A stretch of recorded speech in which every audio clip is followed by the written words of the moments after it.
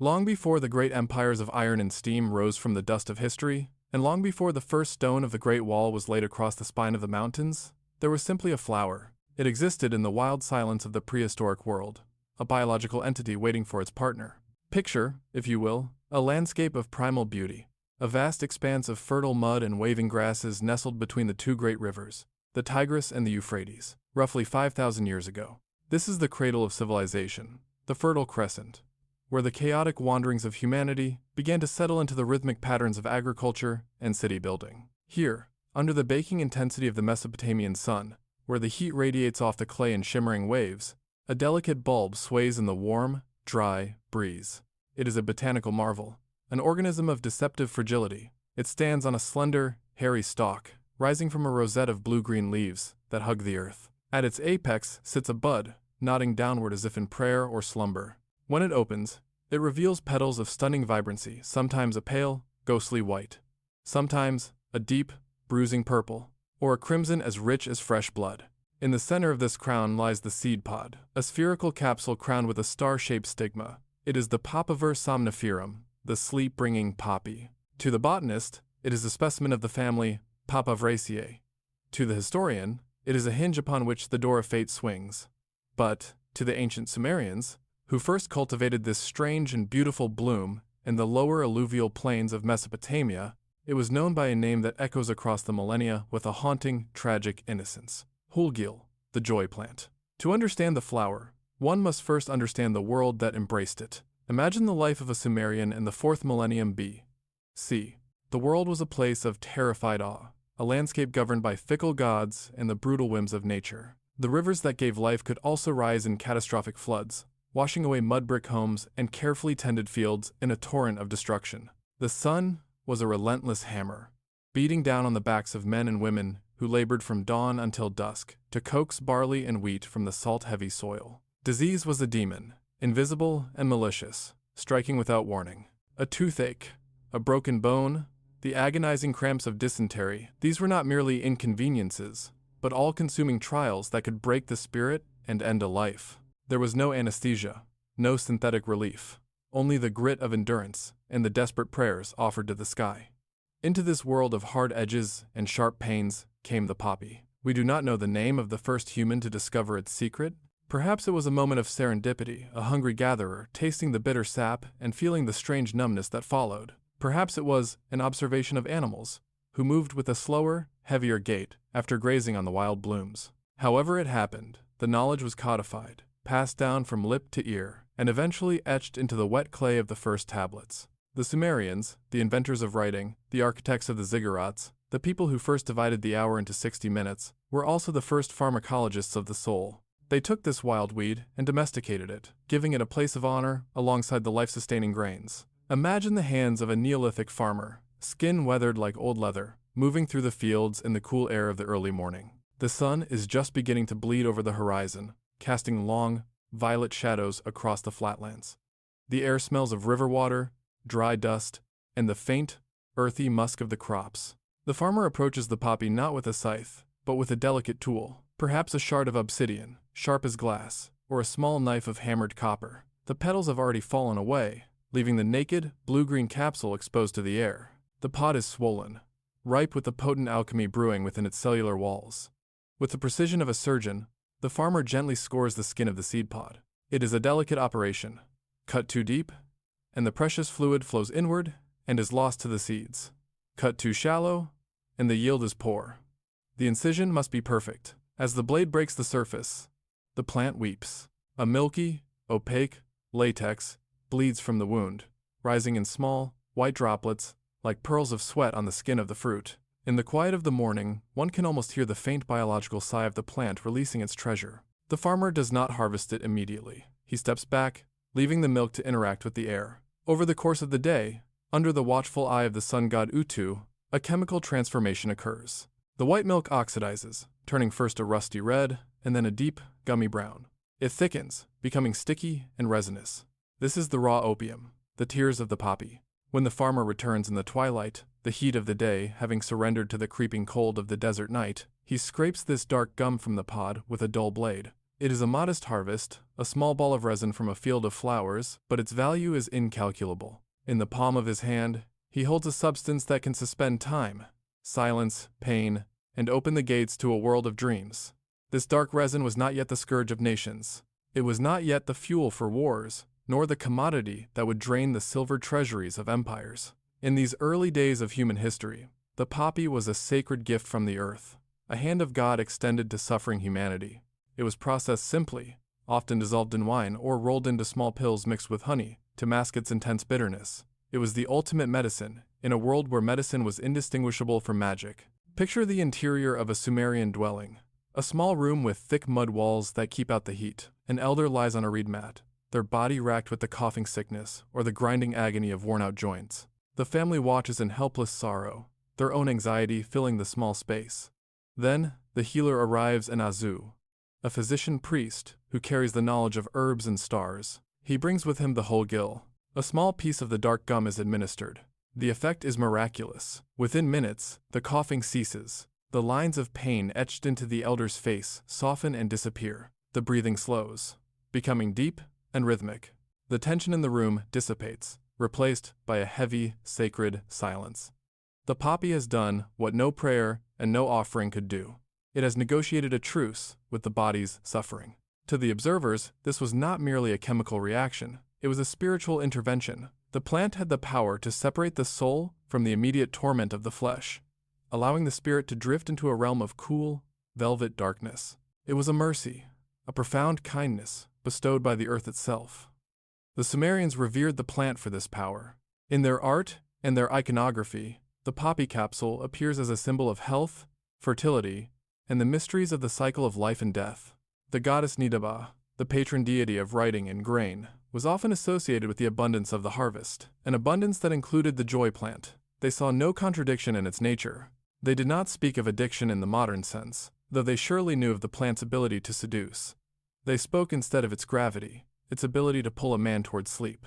It was a tool, and like the flooding rivers, it demanded respect.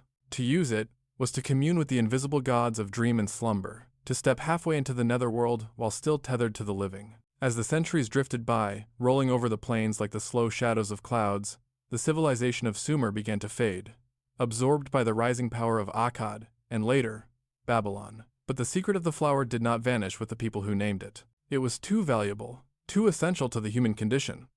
The knowledge traveled north and west, carried by merchants and healers along the dusty trade routes that were beginning to stitch the ancient world together. The Assyrians, a martial and disciplined people who built their empire on the strength of iron and terror, inherited the poppy. They renamed it Arat Papa, a name that mimics the sound of the petals rustling in the wind or perhaps the sound of the pod bursting. In the great library of Nineveh, amidst the thousands of clay tablets collected by the scholar King Ashurbanipal, the recipes for poppy preparations were preserved with obsessive care. They listed the flower as a cure for everything, from eye infections to melancholy. It was a staple of the royal cabinet, a strategic resource as vital as grain or bronze. We can imagine the great hanging gardens, not just as places of aesthetic beauty, but as pharmacopoeias, where the purple blooms of the poppy nodded in the artificial breeze, watered by the sophisticated irrigation systems of the Babylonians. Here, the usage began to shift, ever so slightly. While still a medicine, it also became a luxury, a way for the elite to detach themselves from the burdens of rule. In the golden halls of Babylon, amidst the scent of cedar and frankincense, the king and his court might partake of the poppy wine, letting the worries of statecraft dissolve into a golden haze. It was the beginning of the recreational drift, the subtle movement from need to desire. Yet, in this ancient context, the poppy retained its innocence. It was organic, whole, and bound to the rhythms of the seasons. It was not a white powder synthesized in a glass vial. It was the blood of a flower, harvested by human hands under the sun. It was part of the covenant between the land and the people. The earth provided the pain of existence, the hard labor, the disease, the inevitable decay of the body, and the earth provided the remedy. The balance was maintained. The poppy was a quiet companion to humanity, a flower that grew alongside the wheat, offering a brief, sweet respite from the harshness of reality. The trade routes lengthened. The camel caravans, laden with spices and textiles, began to carry the dark resin further afield. It crossed the Sinai, entering the black, fertile lands of the Nile Delta. The Egyptians, obsessed with death and the preservation of the body, welcomed the poppy with open arms. They called it SPN, a sacred plant that flourished in the gardens of Thebes. The Ebers Papyrus, one of the oldest medical texts in existence, recommends the poppy to stop the crying of children, to soothe wounds, and to treat illnesses of the head. Picture the city of Thebes at the height of the New Kingdom. The air is thick with the smoke of offerings. In the temples, the priests shave their heads and bodies, purifying themselves for contact with the divine. The poppy was part of their ritual and their medicine. It was said that the goddess Isis herself used the poppy to heal the headache of the sun god Ra. To the Egyptians, who viewed sleep as a temporary death and dreams as messages from the gods, the poppy was a bridge between the worlds. It was placed in tombs, intended to accompany the deceased on their perilous journey through the Duat, the underworld. Even in death, the comfort of the flower was deemed essential. At this stage in history, the joy plant was still a benevolent force. It was the pharmakon, a Greek word that would later emerge, meaning both remedy and poison, though the distinction was not yet fully drawn. The darkness within the plant was sleeping, dormant like the seed in the winter soil. The capacity for destruction was there, written into the chemical structure of the alkaloids waiting in the sap, but the social machinery to unleash it had not yet been built. There were no global markets to exploit it, no industrial factories to refine it, no gunboats to force it upon unwilling nations. There was only the flower, the farmer, and the person in pain. The landscape of the ancient world was vast, and often empty. A traveler could walk for days without seeing another soul. In this isolation, the poppy was a friend. It was a small, contained miracle. Imagine a shepherd in the hills of Zagros, alone with his flock under the vast, starry canopy of the night sky. He is cold, his bones ache from the damp earth, and his mind is troubled by the fragility of his existence. He takes a small pinch of the dried resin, perhaps dissolving it in a skin of sour wine. Slowly, the cold recedes. The ache in his bones is replaced by a warm, flowing sensation, as if he is wrapped in the finest wool. The fear of the dark, of the wolves, of the unknown future, dissolves. He feels a profound sense of well-being, a joy that is quiet and internal. He looks up at the stars and feels connected to them, suspended in a state of timeless grace. This was the gift of Hul-Gil. It allowed early humanity to endure the unendurable. It was the ultimate act of mercy from a universe that often seemed indifferent. But within this mercy lay a trap, a biological hook that would not be fully felt for thousands of years. The relief the poppy offered was so profound, so complete, that it created a debt. To take away pain is to take away a fundamental part of the human experience. To offer artificial joy is to risk making natural joy seem pale by comparison. The Sumerians, in their wisdom, perhaps sensed this. They knew that the gods were jealous, and that every gift came with a price. They named it the joy plant. But in the ancient world, joy and sorrow were often two faces of the same deity. As the sun sets on the chapter of the Sumerians, the landscape returns to silence.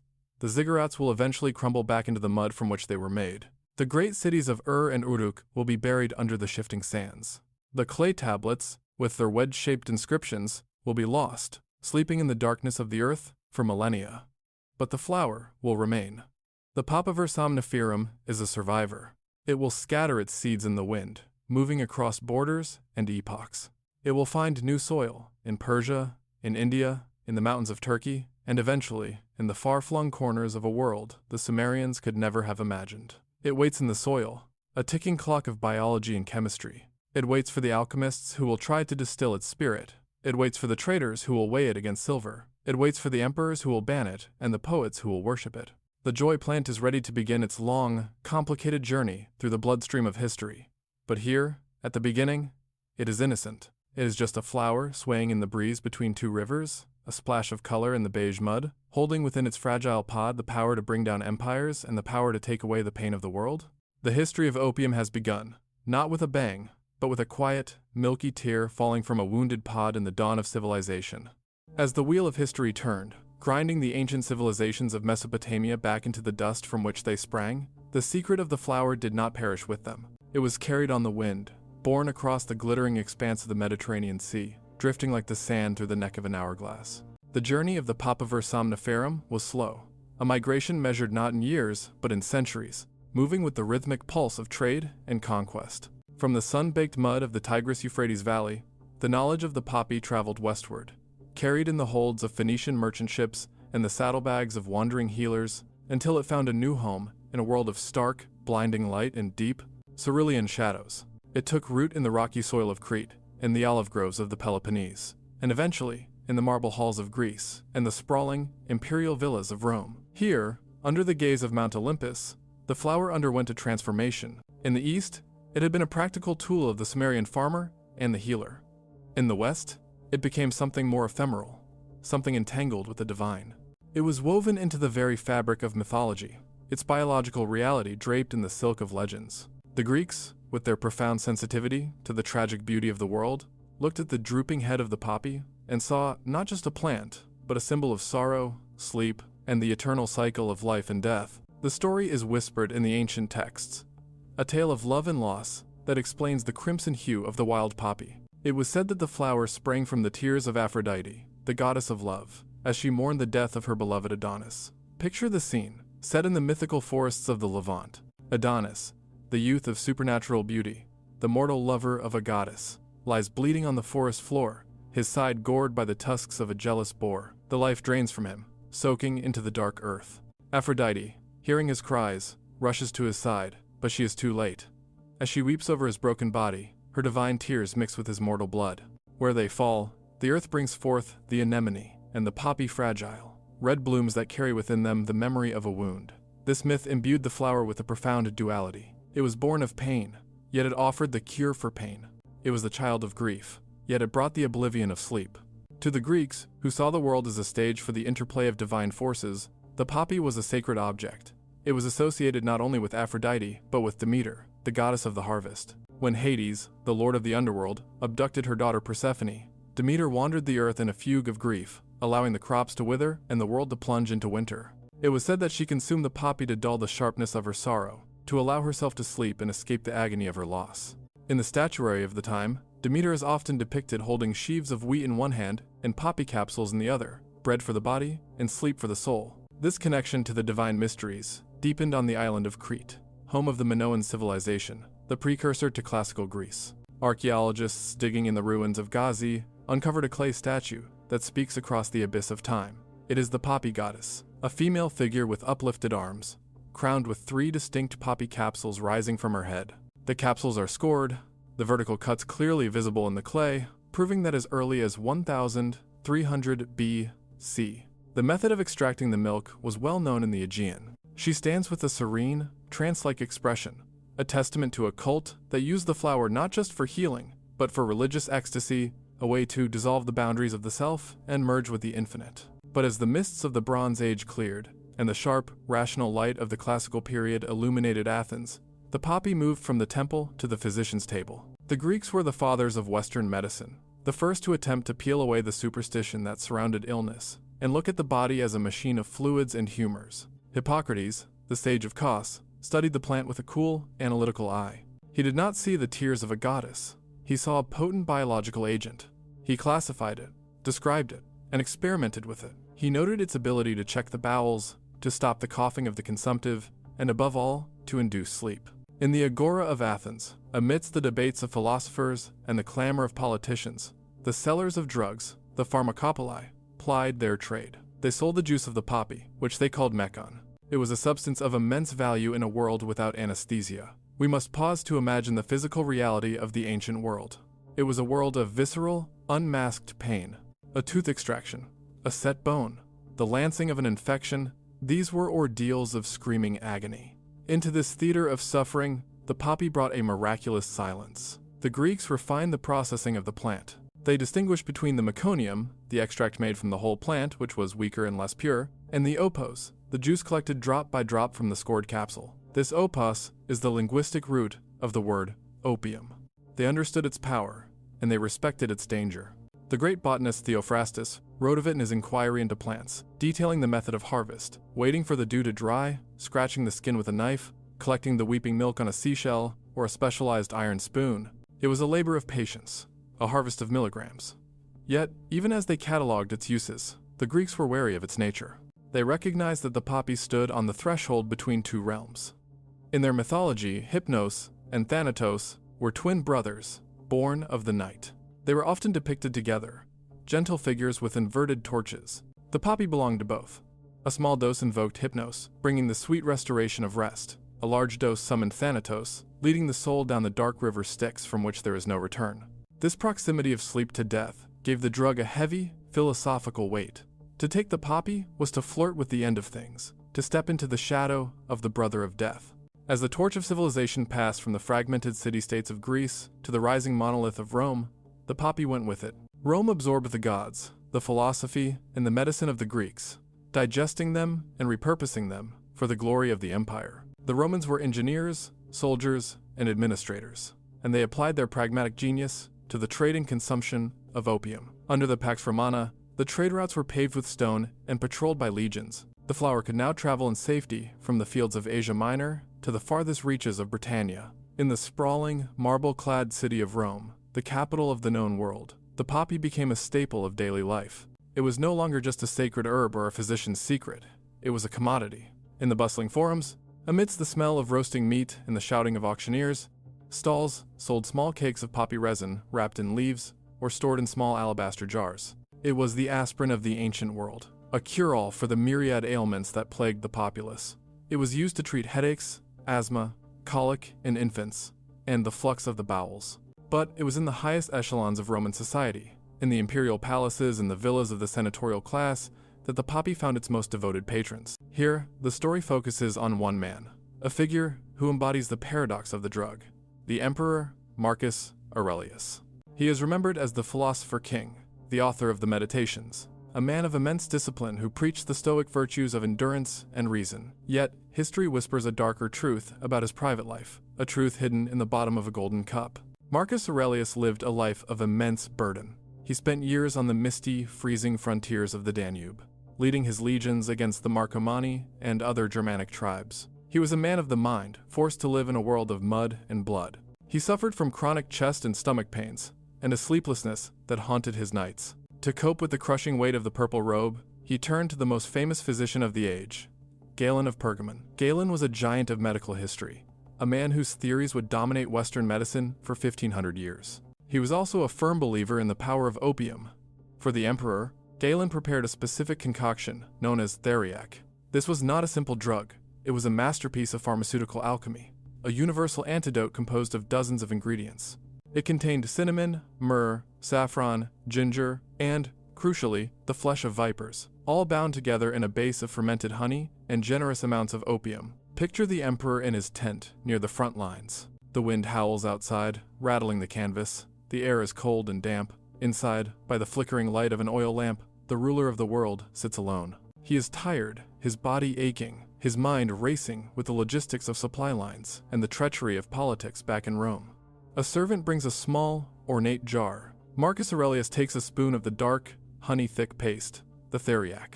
He swallows it, washing it down with warm wine. We can imagine the sensation that follows. The warmth spreading from the stomach, the loosening of the tightness in the chest, the pain in his joints recedes, replaced by a dull, distant hum. But more importantly, the anxiety of the mind dissolves. The stoic detachment he strove for through philosophy is suddenly achieved through chemistry. The chaos of the world softens. The screaming of the dying on the battlefield, the demands of the Senate, the fear of assassination, it all fades into a manageable background noise. For a few hours, the emperor is at peace. He sleeps, visiting the realm of hypnos, protected by the juice of the flower. Galen wrote that the emperor took this dose daily, and that, if he missed it, he would become irritable, his hands would shake, and his chest would tighten. When he took it again, he was restored. It is a description that modern eyes recognize instantly. Physical dependence. The great Stoic, the man who wrote that the happiness of your life depends upon the quality of your thoughts, was also dependent on the chemistry of a plant to maintain that quality. It is a profound irony, a crack in the marble facade of classical virtue. The medicine of the elite had become a golden cage. It felt like a sanctuary, a place of refuge from the storm of history, but it was also a prison. This usage of theriac became fashionable among the Roman aristocracy. To take the emperor's medicine was a sign of status. The poppy became a buffer against the stress of ruling the world, a way to soften the sharp edges of a brutal society. In the decadent banquets of Rome, where excess was the norm, opium wine was often served to guests, blending the intoxication of alcohol with the dreamy lethargy of the narcotic. The creeping sickness of lethargy began to spread through the upper classes. Physicians of the time began to notice the shadow side of the miracle drug. They whispered of the plant's ability to enslave the will. They saw that those who used it too frequently lost their fire, their ambition. The soul seemed to become trapped in a labyrinth of lethargy, content to drift in the gray twilight of the drug rather than engage with the bright, harsh light of reality. They called it a sluggishness of the spirit, a dampening of the internal flame. The Roman Empire was built on the concept of virtus, manly strength, discipline, and action. But here was a substance that offered the opposite: passivity, escape, and dreams. As the empire grew older and more bloated, as the borders began to buckle under the pressure of the barbarian migrations, the consumption of opium increased. It is too simple to say that opium caused the fall of Rome, civilization's collapse for 1,000 reasons. But it is a poetic truth that as the Roman will faltered, the Roman appetite for oblivion grew. Imagine the sunset of the empire. The aqueducts are beginning to crack. The legions are stretched thin. The coinage is debased. And in the villas of the wealthy, the lamps burn low. The masters of the world lie on their couches, eyes glazed, sipping the wine of the poppy. They are drifting away, retreating into the internal landscapes painted by the flower. While outside the gates, the world is burning. The tears of Aphrodite had become a flood, drowning the sorrows of a dying civilization. The flower had successfully embedded itself in the heart of the West. It had transitioned from a wild bulb in the desert to a sacred icon in Greece, and finally, to a luxurious necessity in Rome. It had been baptized in the blood of Adonis and codified in the scrolls of Galen. It had proven its power to conquer the conquerors. As the darkness of the Middle Ages approached and the lights of the classical world were extinguished one by one, the knowledge of the poppy did not disappear. It merely went underground, preserved in the monasteries and the manuscripts, waiting for the next turn of the wheel. The duality remained, as sharp and dangerous as a double-edged sword. It was the pharmacon, the poison, and the cure. It was the mercy that eased the passing of a dying elder, smoothing the transition into the dark. And it was the chain that bound the emperor to his spoon. The flower demanded a balance. It gave relief, but it took away clarity. It gave sleep, but it took away wakefulness. It was a transaction with biology that humanity was only just beginning to understand. And so, the centuries continued to drift. The marble halls of Greece crumbled into ruins, reclaimed by the ivy and the wind. The sprawling villas of Rome were buried under the earth, their mosaics hidden from the sun. But the poppy returned every spring. In the fields of Italy and Turkey, amidst the ruins of the past, the green stalks rose from the earth. The buds nodded, heavy with their milky secret. The petals unfurled, bright red against the gray stone, a vivid reminder of the blood of Adonis, of the tears of the goddess, and of the deep, dreamless sleep that waits for all empires in the end. The flower remained, a silent witness to the folly and the fragility of man, ready to offer its joy and its sorrow to whoever dared to score its skin. Thus, the legacy was cemented. The relationship between man and flower was no longer innocent.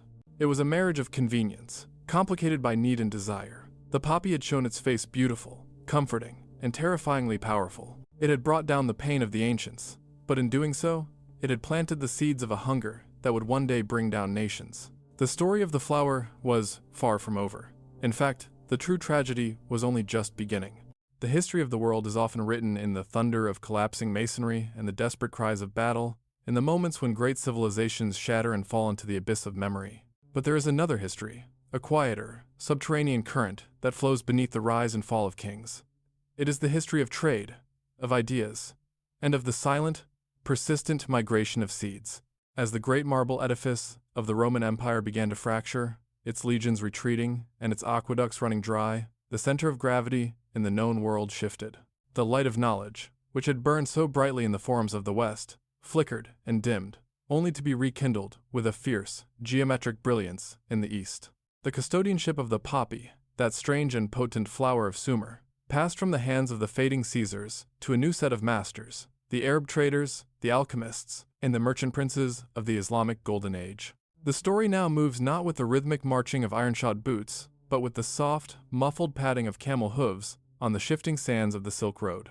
Picture, if you will, the vast, terrifying emptiness of the Taklamakan or the Syrian desert at night. The heat of the day has evaporated, leaving behind a cold so absolute it seems to freeze the very starlight. The dunes, sculpted by the wind into waves of endless ocean, stand silent and silver under the moon. In this immense void, a caravan moves like a single, articulated organism. It is a lifeline of commerce, stretching across the desolate waste of the world, connecting the Mediterranean to the Pacific, the known to the unknown. Listen to the sound of this journey. It is a soundscape of solitude. The creak of leather saddlebags, the low guttural grumbling of the camels, the clinking of bronze bells tied to the lead animals to ward off evil spirits and keep the line together in the dark. These caravans were mobile cities, carrying the wealth of nations on their backs. They carried bolts of iridescent silk from China, spun by worms on mulberry leaves. They carried pungent peppercorns from the Malabar coast. They carried glass from Syria and lapis lazuli from the mountains of Afghanistan.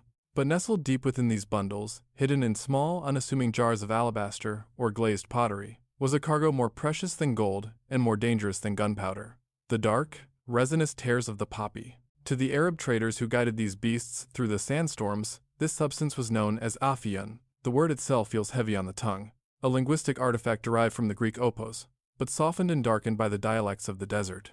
These men were not merely smugglers or drug dealers in the modern sense. They were the vectors of civilization. They were the inheritors of the Greek medical tradition, the men who saved the works of Galen and Hippocrates from the fires of ignorance that were consuming Europe. In the great circular city of Baghdad, under the Abbasid caliphs, the House of Wisdom was established. Here, scholars gathered to translate, debate, and expand upon the knowledge of the ancients. And central to their pharmacopoeia was the poppy. We must pause to consider the figure of Ibn Sina, known to the West as Avicenna. He was the prince of physicians, a polymath whose mind spanned the breadth of human understanding, from metaphysics to geology. In the quiet, cool courtyards of Persia, surrounded by the geometric perfection of Islamic tilework, Avicenna wrote the Canon of Medicine, a text that would serve as the primary medical authority in both the East and West for 7 centuries. He wrote of opium with a profound, scientific intimacy. He described it as the most powerful of stypeptics, a drug that could desist diarrhea, dry out the humors, and, most importantly, grant the mercy of sleep to those in agony. But Avicenna understood the duality of the flower better than any who came before him. He recognized that the afion was a jealous master. It is said that the great physician himself, the man who catalogued the bones and mapped the nerves, fell under the spell of the drug in his later years. He used it to sustain his incredible workload, to keep his mind sharp through the long nights of writing and political turmoil. The biography of the substance here intertwines with the biography of the man. The healer became the patient. The master became the servant. Even in the golden light of this intellectual renaissance, the poppy cast a long, intoxicating shadow. It was a reminder that biology is stronger than philosophy, that the chemistry of the plant can rewrite the chemistry of the brain, regardless of the intellect housed within it. As the caravans moved east, pushing through the mountain passes of the Hindu Kush, they carried this complex legacy with them. The journey was arduous. Imagine the caravan winding its way through narrow, snow-choked passes, the air thin and biting. Below them, the world falls away into deep, jagged valleys. Above them, the peaks scrape the sky. The poppy resin, sealed in its jars, was impervious to the cold, a dormant power waiting to be unleashed. These traders were bringing the drug to new soils, to civilizations that had known the plant only as a wild curiosity, not as a cultivated staple. The spread of the poppy was not just a movement of resin, but a migration of agriculture. The Arab expansion brought the techniques of cultivation to Persia, to Khorasan, and eventually to the fertile plains of India. The landscape of the drug changed.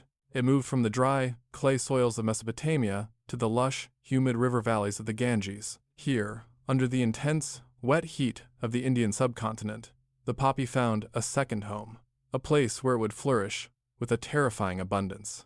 In India, the story of opium takes on a new texture, woven into the tapestry of the Mughal Empire. Visualize the arrival of the Mughals, descendants of Timur and Genghis Khan, who swept down from the steppes to establish a dynasty of unparalleled splendor. They built palaces of red sandstone and white marble, laid out gardens that mimicked the paradise of the Quran, and created a court culture of exquisite refinement. In this world of sensory overload of jasmine-scented breezes, jeweled turbans, and spicy curries, opium found a ready and willing audience. The transition was subtle, a slow cultural drift like a fog rolling into a harbor. In the beginning, as in the West, it was a medicine. The Mughal armies, vast hosts of elephants and cavalry, used opium as a stimulant.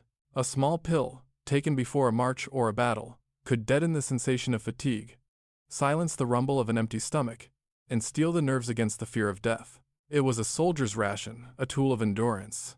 But in the palaces, behind the intricate stone screens of the harem and the diwan-i-khas, the hall of private audience, the usage began to shift. The Emperor Akbar, one of the greatest rulers in human history, a man who consolidated an empire and sought to unify religions, was known to consume opium. For him, it was a way to manage the colossal stress of rule, a sedative to calm a mind that was constantly in motion. But it was his son, the Emperor Jahangir, whose life became a testament to the flower's seductive power. Jahangir was an aesthete, a lover of painting and nature, a man who would spend hours observing the breeding habits of cranes or the blooming of a lotus. He was also a man of immense appetites. In his memoirs, the Tuzuk-i Jahangiri, he writes with a candid, almost modern detachment about his consumption. He describes his daily ritual, a mixture of wine and opium that would fell a lesser man. The drug became a recreational indulgence, a central pillar of courtly life. Picture the scene in the evening court. The air is thick with the smoke of incense and the scent of rosewater. Musicians play the sitar and the tabla, weaving complex, hypnotic rhythms. The emperor reclines on a throne studded with emeralds and rubies, sipping a cup of kusumba, a liquid opium preparation. The drug softened the sharp edges of reality. It made the colors of the painting seem more vivid, the poetry more profound, the music more celestial. It created a barrier between the ruler and the ruled, a golden haze through which the suffering of the world could not penetrate. In the hands of the Mughals, opium was no longer just a painkiller. It was a lifestyle. It was a symbol of leisure, a marker of a class that did not need to labor, that had the time and the wealth to drift in dreams. The joy plant of the Sumerians had become the mind-opener of the Indian aristocracy, but it was also the lock that kept them trapping in their own decadence. This shift was crucial. It established the social acceptability of the drug in the East. It was not a vice of the gutter, but a habit of kings. It was served at weddings and honored at funerals. It was given to guests as a sign of hospitality. The stigma that would later attach to the drug was non-existent. Instead, there was a ritualistic reverence. The preparation of the opium, filtering the raw gum, mixing it with saffron, rose petals, and cardamom, was an art form, a culinary discipline. As the centuries wore on, the contagion continued its slow, relentless march eastward. The caravans and the dhows, the wooden ships with triangular sails that plied the monsoon winds of the Indian Ocean, carried the drug to the celestial kingdom of China. The history of opium in China is often remembered only through the lens of the later, tragic Opium Wars. But the initial contact was gentle, almost romantic. During the Tang and Song dynasties, Arab traders established communities in the port cities of Canton and Quanzhou. They brought with them the yingsu, the poppy. At first, the Chinese, with their deep tradition of herbal medicine, welcomed the plant. They saw it as a powerful tonic, an astringent for the flux, a warmer of the gate of vitality. It was a rare, exotic import, weighed against silver and treated with the respect due to a powerful herb. The great poets of China, men who spent their lives mastering the brush and the ink, wrote of the poppy. Sushi, a famous poet of the Song dynasty, composed verses praising the drug's ability to bring rest to the elderly. He described it as a gift for the weary scholar, a way to detach from the political intrigues of the court and find a moment of Taoist stillness. In these poems, there is no sense of foreboding, no premonition of the national catastrophe that would eventually unfold. There is only the appreciation of a flower that could mimic the peace of the mountains. But the seeds of the future were being sown. The context was shifting, imperceptibly but irrevocably. The drug was moving from the pharmacy to the study, and from the study to the banquet hall. It was becoming entangled with the pursuit of pleasure. In the bustling markets of the East, amidst the shouts of vendors and the clatter of carts, the demand for the dark resin grew. It was a hunger that began in the stomach as a cure for dysentery, but migrated to the soul as a cure for the human condition. The alchemists of the Islamic Golden Age, in their quest to distill the essence of nature, had codified the use of a substance that defied simple categorization.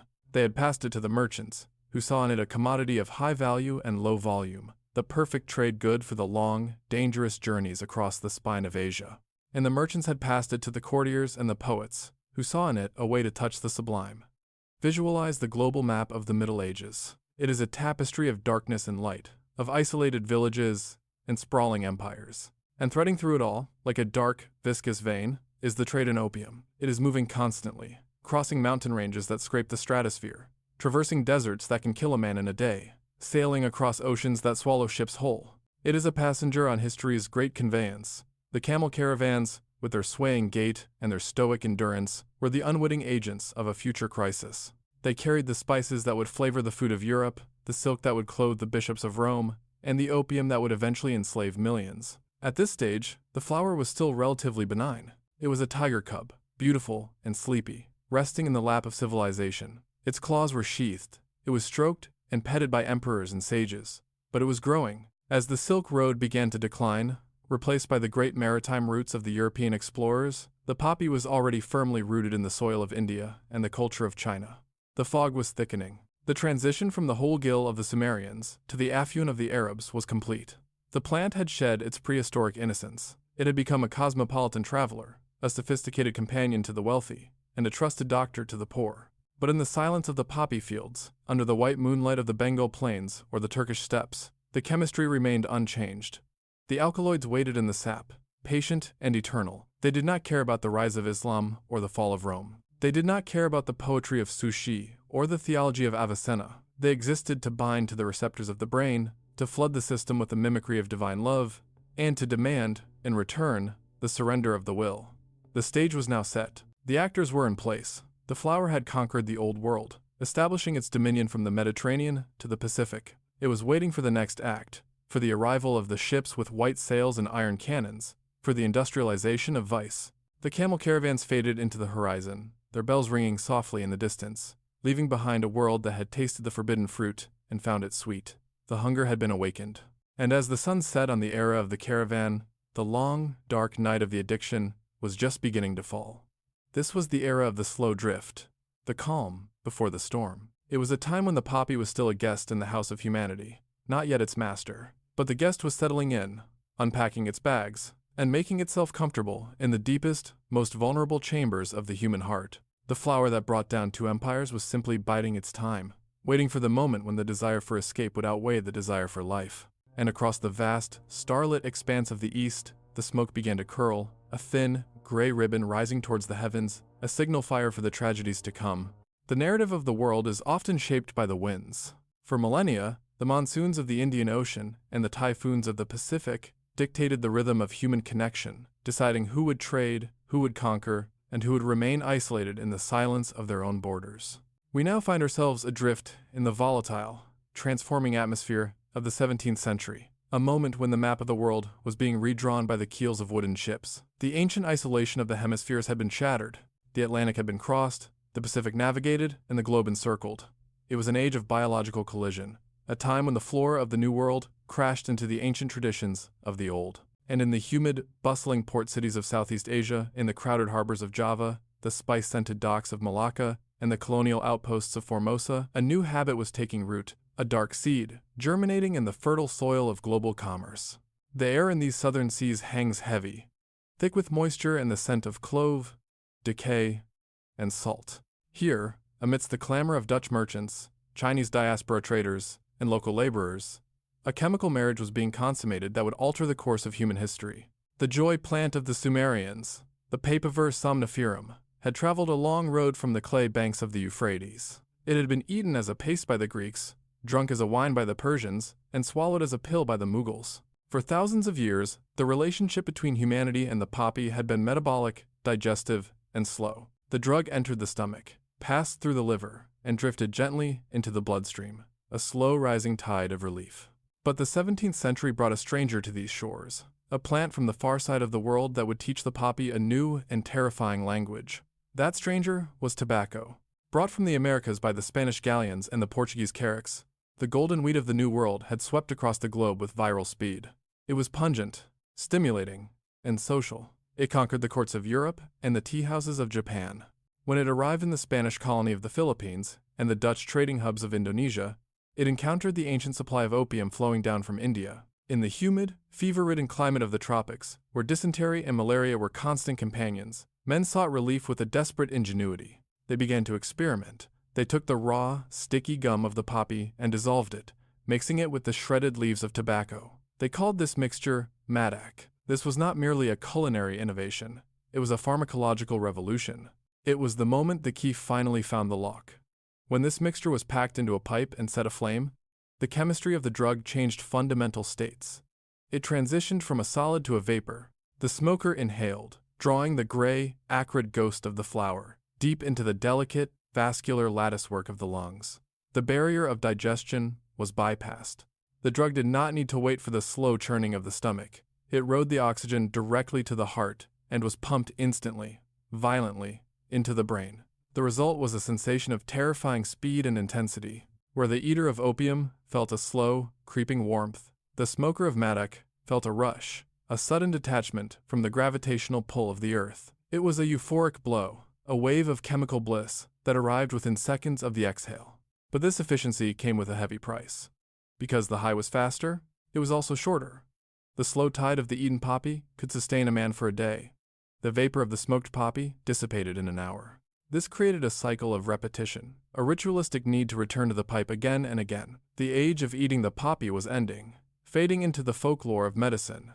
The age of smoking, it had begun, heralding the dawn of modern addiction. This new habit, born in the melting pot of the southern seas, did not stay contained in the tropics. It drifted north, carried on the same winds that filled the sails of the trade junks. It moved from Java to the island of Taiwan, then known as Formosa, a wild frontier where Dutch forts stood guard over fields of sugar and rice. From there, it leaped across the strait to the mainland, finding a foothold in the coastal provinces of Fujian and Guangdong. It arrived at a moment of profound vulnerability for the Middle Kingdom. The Great Qing Dynasty, the dynasty of brilliance that had built the Forbidden City and sent the treasure fleets of Zheng He to the edge of the world, was approaching its twilight. The 17th century in China was a time of the Great Cold, a climatic downturn that brought famine, rebellion, and a pervasive sense of melancholy. The imperial court was ossified, trapped in ritual and corruption. The scholar officials, the intelligentsia of the empire, felt the weight of a dying world pressing down upon them. They were men of refined tastes, trained to appreciate the momentary beauty of a falling leaf or the brushstroke of a master calligrapher. They were searching for an escape, for a way to retreat from the decay of the state into a private world of aesthetic perfection. Madak offered them the key. Picture, if you will, a dimly lit room in a wealthy merchant's house in Xiamen, or a scholar's retreat in Suzhou. The architecture is exquisite, a testament to a civilization that valued harmony above all else. The windows are covered in translucent rice paper, or intricate wooden lattice, filtering the harsh light of the outside world into a soft, golden glow. Outside, the rain might be falling on the gray tile roof, a rhythmic drumming that underscores the silence within. Inside, the air is still, heavy, and thick with a sweet, cloying acridity, the smell of roasting earth and caramelized sugar. Here, the ritual was born. It was not a hurried act of consumption, like the drinking of wine. It was a ceremony, a slow, deliberate performance that required specific tools and a specific posture. The smoker did not stand, for the drug would rob the legs of their strength. The smoker reclined. They lay on a raised platform, often made of polished rosewood or lacquered blackwood, resting their head on a hard, ceramic pillow designed to keep the neck cool. Beside them lay the tray, a landscape of miniature instruments, the lamp, the needle, the scraper, and the pipe.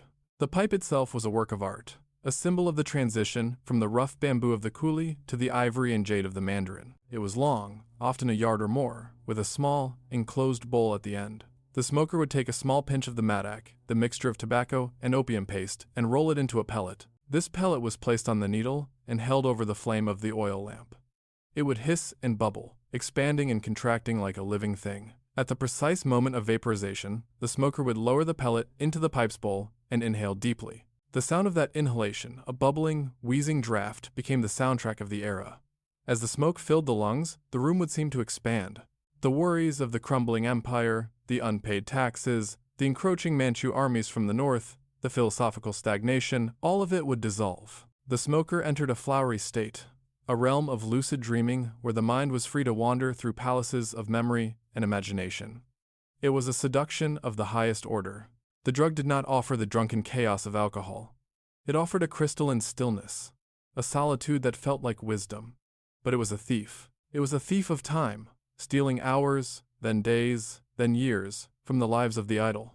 The joy plant had become a parasite. It fed on the ambition of the host. In the barracks of the soldiers, the bows went unstrung, and the swords rusted in their scabbards because the men were too lethargic to drill. In the academies of the scholars, the ink dried on the brush, and the classics went unread, because the mind was too enamored with the smoke to engage with the text. The energy of the nation was being siphoned off, breath by breath, into the bowl of the opium pipe. The spread of madak was initially slow, a luxury of the coastal elites, but it was persistent. It moved up the great rivers, the arteries of China, penetrating the interior. It found its way into the households of the wealthy and the hovels of the poor. As the habit spread, the mixture evolved. The tobacco was gradually reduced and eventually removed altogether, leaving only the pure, refined opium paste shandu. This purified form was even more potent, even more addictive, and it required an even more elaborate ritual. The pipe became the center of social life for a certain class of men, a bond of shared vice that was stronger than blood. The Chinese state, though sluggish, was not blind.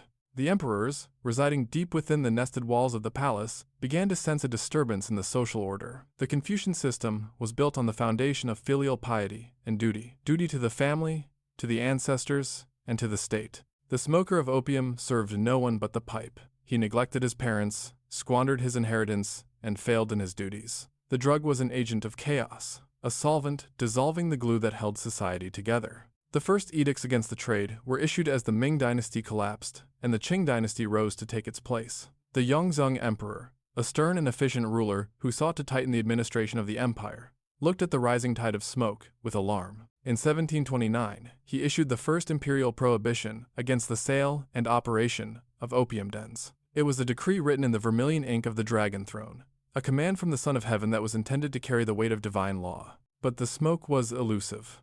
It curled around the laws, insubstantial and ungraspable.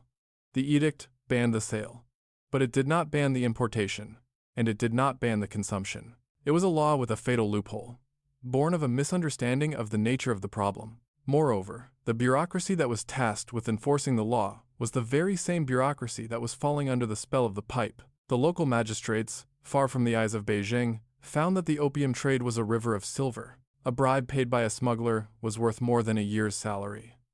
And so, the officials turned a blind eye. The flowery mud continued to flow. The prohibition drove the trade underground, which only served to increase its allure and its profitability. The opium den transformed from a public tea house into a secret society, a subterranean world of shadowed doorways and whispered passwords. It became a culture within a culture, a black society that operated by its own rules. The demand was inelastic. Once the lungs had tasted the smoke, the body demanded it with a ferocity that defied logic. The price of opium could rise, the penalties could increase, but the hunger remained. We must understand the tragedy of this moment. China was not a primitive nation being duped by trinkets. It was the most sophisticated, populous, and wealthy civilization on Earth. It had invented the compass, gunpowder, paper, and printing. It had a civil service examination system that selected the brightest minds to run the government. And yet, it was defenseless against this biological invasion. The opium pipe bypassed the intellectual defenses of the culture, just as the smoke bypassed the digestive defenses of the body. It appealed to the Chinese love of refinement, of ritual, of quiet contemplation. It weaponized their own culture against them. As the 18th century progressed, the shadow deepened. The Madak habit paved the way for the pure opium addiction that would follow. The golden wheat of tobacco had acted as the Trojan horse, carrying the soldiers of opium inside the gates of the citadel. Once inside, they opened the doors to a devastation that would be total. The flower had transformed into a specter, a ghost haunting the lungs of a civilization that was unknowingly approaching its twilight. Imagine the sun setting over the Pearl River Delta in the year 1750. The water is crowded with boats, fishing, sampans, trading junks with batwing sails, and in the distance, the tall masts of European clippers. The air is cooling. On the decks of the boats and in the back rooms of the warehouses, the lamps are being lit. The flicker of thousands of tiny flames marks the beginning of the night's ritual. Thousands of men are reclining, picking up the bamboo pipe, and preparing to chase the dragon. They are seeking a moment of peace, a respite from the grinding pressure of life. They do not know that they are inhaling the collapse of their dynasty. They do not know that the smoke they exhale is forming storm clouds that will bring rain of iron and fire. They only know the sweetness of the vapor.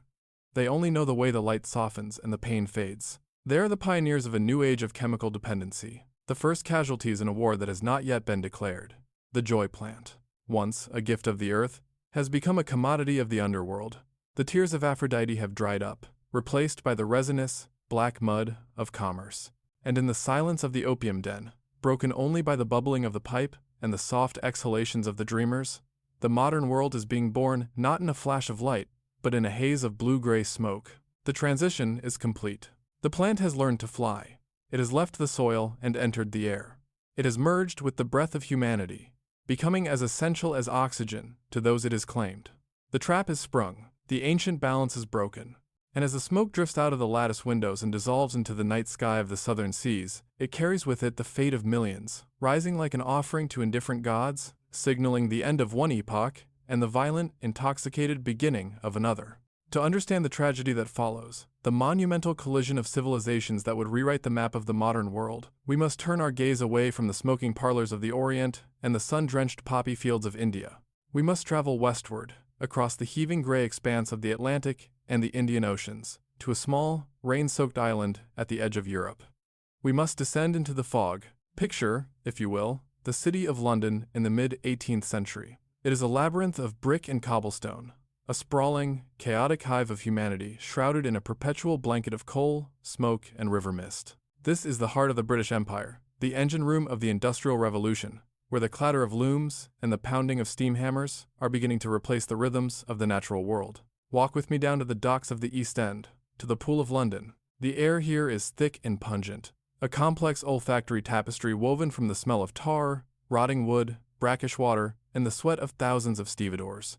The River Thames, a dark, serpentine artery, is choked with the masts of ships. They stand like a leafless forest against the slate-gray sky, a testament to a nation that has tied its fortune to the sea. These ships have returned from the farthest corners of the globe, their hulls encrusted with barnacles and their sails weathered by the trade winds. They carry the spoils of empire: sugar from the Caribbean, tobacco from Virginia, spices from the Moluccas, but increasingly, the most precious cargo, the crates that are unloaded with the greatest anticipation, contain a dried, crumpled leaf from the distant mountains of China. Britain had fallen deeply, irrevocably, in love. The object of this affection was tea. It is difficult for the modern mind to fully grasp the magnitude of this obsession. A century earlier, tea had been a curiosity, a bitter medicinal draught discussed in the pamphlets of natural philosophers, or sipped tentatively by the aristocracy. But by the 1700s, it had undergone a profound cultural alchemy.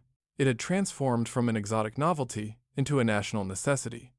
It was the cup that cheers but not inebriates, a sober, warming companion in a cold, damp climate.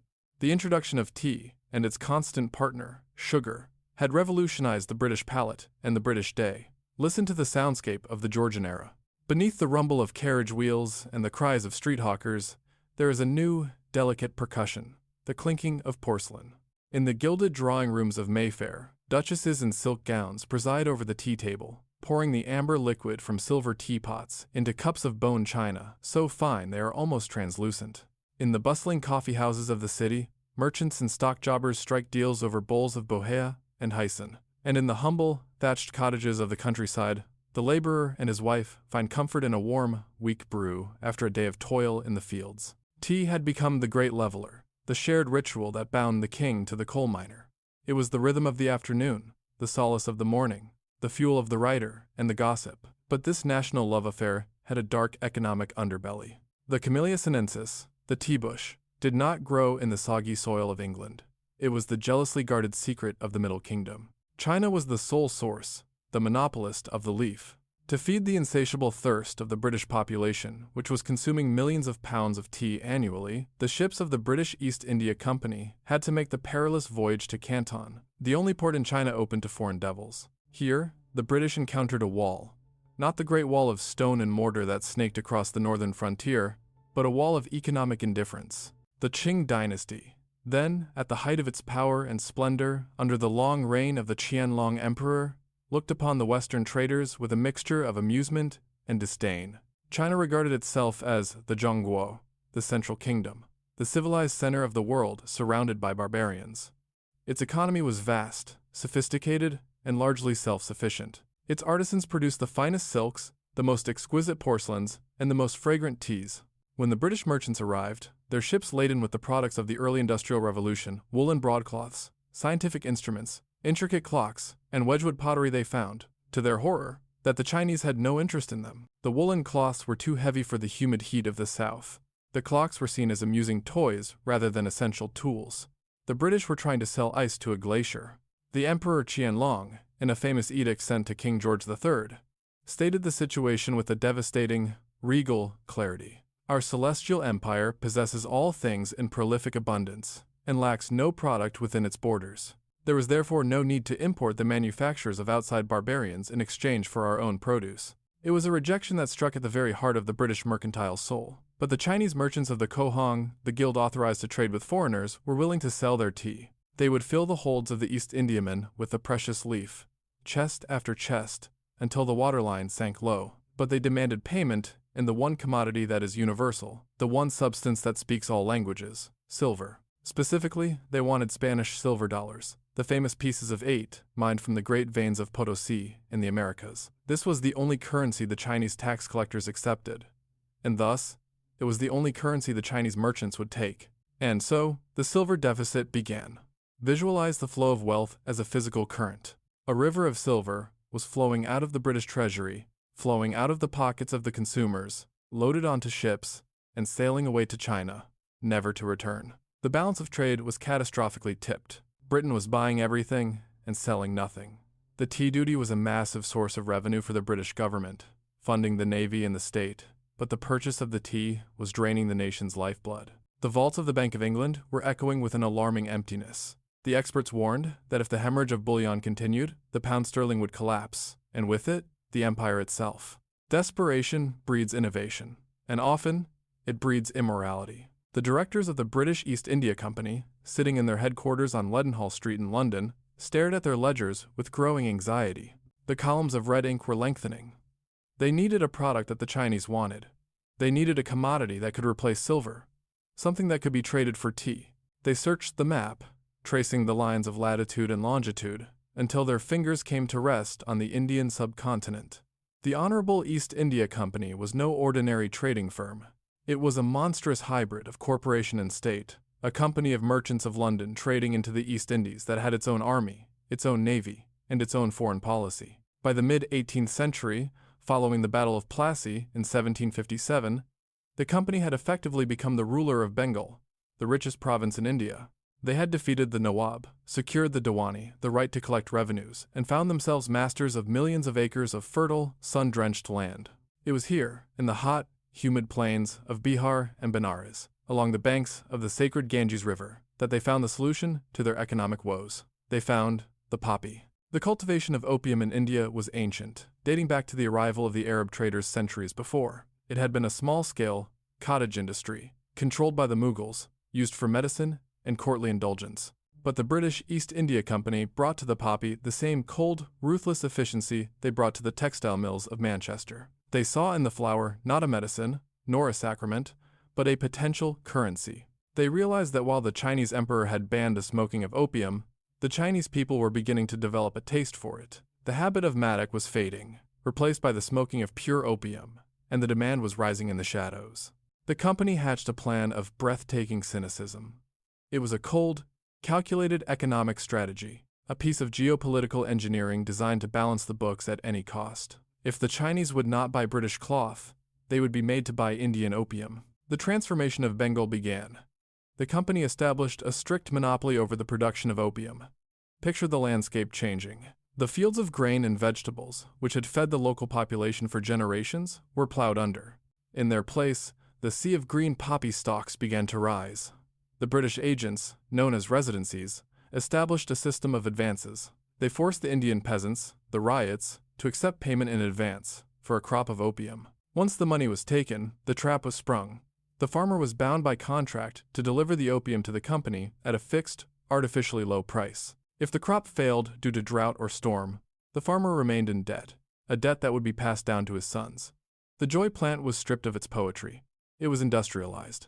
In the great factories of Patna and Gazipur, the processing of the drug was standardized.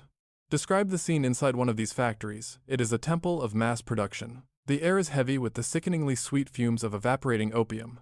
Hundreds of local workers, their bodies glistening with sweat, wade through vast vats of the black, viscous gum, churning it to the correct consistency. They are like souls in a Dantean purgatory, working the black mud that will poison a nation thousands of miles away. The opium was pressed into cakes, spherical balls about the size of a cannonball, wrapped in a casing of poppy petals glued together with a slurry of inferior opium, known as lewa. These balls were then dried on miles of wooden racks, turned daily by boys to ensure they kept their shape. Finally, they were packed into chests made of mango wood, each chest containing 40 balls. The chests were stamped with the seal of the East India Company, a lion holding a crown, a symbol of royal approval for a trade in contraband. This was the birth of the triangle trade, a dark alchemy that would define the 19th century. The geometry of the scheme was simple and devastating. Side 1. The British East India Company produces opium in India. Side 2. The opium is shipped to China and sold illegally to smugglers for silver. Side 3. The silver is used to legally purchase tea, silk, and porcelain, which are shipped back to London. The circle was closed. The silver that left China to pay for the opium remained in China to pay for the tea. The British Treasury stopped bleeding. The teacups in the London parlors stayed full. The ledgers on Leadenhall Street turned from red to black. The genius of the system lay in its deniability. The East India Company did not carry the opium to China themselves. That would be a violation of the company's charter and an open insult to the Chinese emperor. Instead, they held auctions in Calcutta. Imagine the auction houses in Calcutta. Grand colonial buildings with high ceilings and slowly turning fans. The auctioneer's voice rings out, calm and professional. The buyers are private traders, country traders, men with fast ships, and few scruples. They bid on the chests of opium. Once the hammer falls, the company's responsibility ends. The opium belongs to the private trader. It is he who will sail the clipper ships, sleek greyhounds of the ocean, designed for speed, through the pirate-infested waters of the South China Sea. It is he who will anchor off the coast of Linton Island, outside the jurisdiction of the Chinese customs, and offload the drug into the waiting, scrambling dragons of the Chinese smugglers. The British government could claim, with a straight face, that they were not drug dealers. They were merely agriculturalists in India and tea merchants in China. What happened in between, in the shadowy waters of the Pearl River Delta, was the business of private criminals. It was a moral laundering as effective as the money laundering. But let us pause and look at the flower itself in this new context. It had changed. It was no longer the whole gill of the Sumerians, a sacred connection to the gods. It was no longer the Mekon of the Greeks, a medicine for the dying. It was no longer even the recreational luxury of the Mughal princes. It had become a unit of currency, a stack of chips on a gambling table. It was a commodity, stripped of its spirit, measured in pounds and ounces, tracked in ledgers, and valued solely for its ability to correct a trade deficit. The flower had become a weapon. It was a weapon of economic warfare, forged in the pursuit of balanced ledgers and national prosperity. The British Empire, which prided itself on the rule of law, on Christianity, and on the civilizing mission, was now chemically assaulting the oldest civilization on Earth. They were exporting a plague to pay for a beverage. In the foggy docks of London, the crates of tea continued to arrive. The cranes creaked as they hoisted the cargo from the hold. The aroma of the dried leaves drifted over the cobblestones, a scent of comfort and civilization. The British public brewed their pots, added their sugar and their milk, and sipped their warm, brown liquid, largely ignorant of the chain of misery that brought it to their lips. They did not see the emaciated Indian farmer, forced to grow poison on land that should have grown rice. They did not see the Chinese addict, shivering in a dark room, selling his daughter to buy one more pipe. They only saw the steam rising from the cup, a comforting vapor in the damp English air. But in the unseen world, the scales were tipping. The silver deficit was being corrected, but a moral deficit of infinite depth was being created. The hunger of the British for tea had met the hunger of the Chinese for opium, and the resulting friction was generating sparks. The dark alchemy was working. The lead of opium was being transmuted into the gold of tea. But alchemy always demands a price. The balance of the world was being disturbed. The flow of silver was reversing, but the flow of history was accelerating, rushing towards a collision that would shatter the silence of the centuries. The stage was set for the first global drug war. The actors were in their places: the merchant in London, the farmer in Bengal, the smuggler on the high seas, and the mandarin in Beijing. And at the center of it all, silent and indifferent, was the flower, the Papaver somniferum, a plant that simply wanted to grow, to bloom, and to sleep, but which had been conscripted into the service of an empire's greed. The silver was flowing back to the west, but the shadows were lengthening in the east. The tragedy had moved from the realm of biology to the realm of economics, and soon it would move to the realm of war. The story of the poppy now leaves the realm of the garden and the apothecary's shelf, and enters the cavernous, heat-soaked belly of the machine. To witness the true scale of the transformation that reshaped the 19th century, we must journey deep into the heart of British India, to the scorched plains of the Ganges Valley. Here, the sacred river flows sluggishly under a white, blinding sun, carrying the ashes of the dead and the prayers of the living toward the sea. But on the banks of this holy water, in the cities of Patna and Ghazipur, a different kind of reverence was being practiced, a worship of commerce that demanded a sacrifice of shadow and smoke. Here stood the great opium factories of the British East India Company, industrial cathedrals dedicated to the processing of the black mud. Picture the scene at the height of the season, when the heat lies across the land like a physical weight, pressing the breath from the lungs. The factory at Gazipur is a fortress of red brick and corrugated iron, a sprawling complex that dominates the landscape.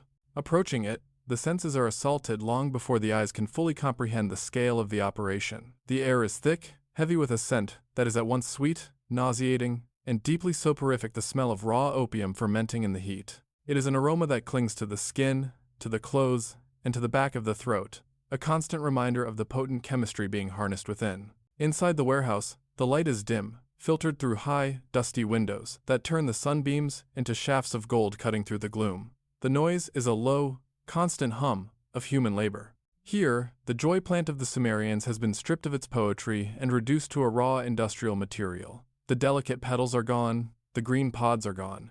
All that remains is the latex, the blood of the flower, collected from millions of incisions across thousands of acres, now gathered into vast, open vats. Visualize the sheer volume of it. These are not small apothecary's jars. These are reservoirs. The opium, dark and viscous, resembles a primordial sludge, a tar pit of biological destiny. In the center of the hall, men, local laborers, their bodies glistening with sweat, stripped to the waist, wade through the opium. They are up to their thighs in the black muck, moving with a slow, trance-like rhythm. Their job is to stir the mass, to ensure its consistency, to blend the harvest of 1,000 fields into a single, uniform product. They are the human mixers in a devil's bakery. The drug enters their pores, seeping into their bloodstreams through the skin, keeping them in a state of perpetual, lethargic intoxication. They are the first victims of the factory, men who live and breathe the poison they prepare for others. This was the genius of the British East India Company, the application of the scientific method to the production of vice. They standardized the drug. They created a system of quality control that was rigorous and unforgiving. The opium was tested for purity, for moisture content, for texture. It was manipulated, aerated, and processed until it reached the perfect state for export. It was no longer a natural variable. It was a guaranteed product, a brand. Watch as the process continues. The thickened opium is lifted from the vats and taken to the caking room. Here, hundreds of workers sit in long rows, moving with the synchronized precision of automatons. They take a quantity of the black paste and place it into a brass cup.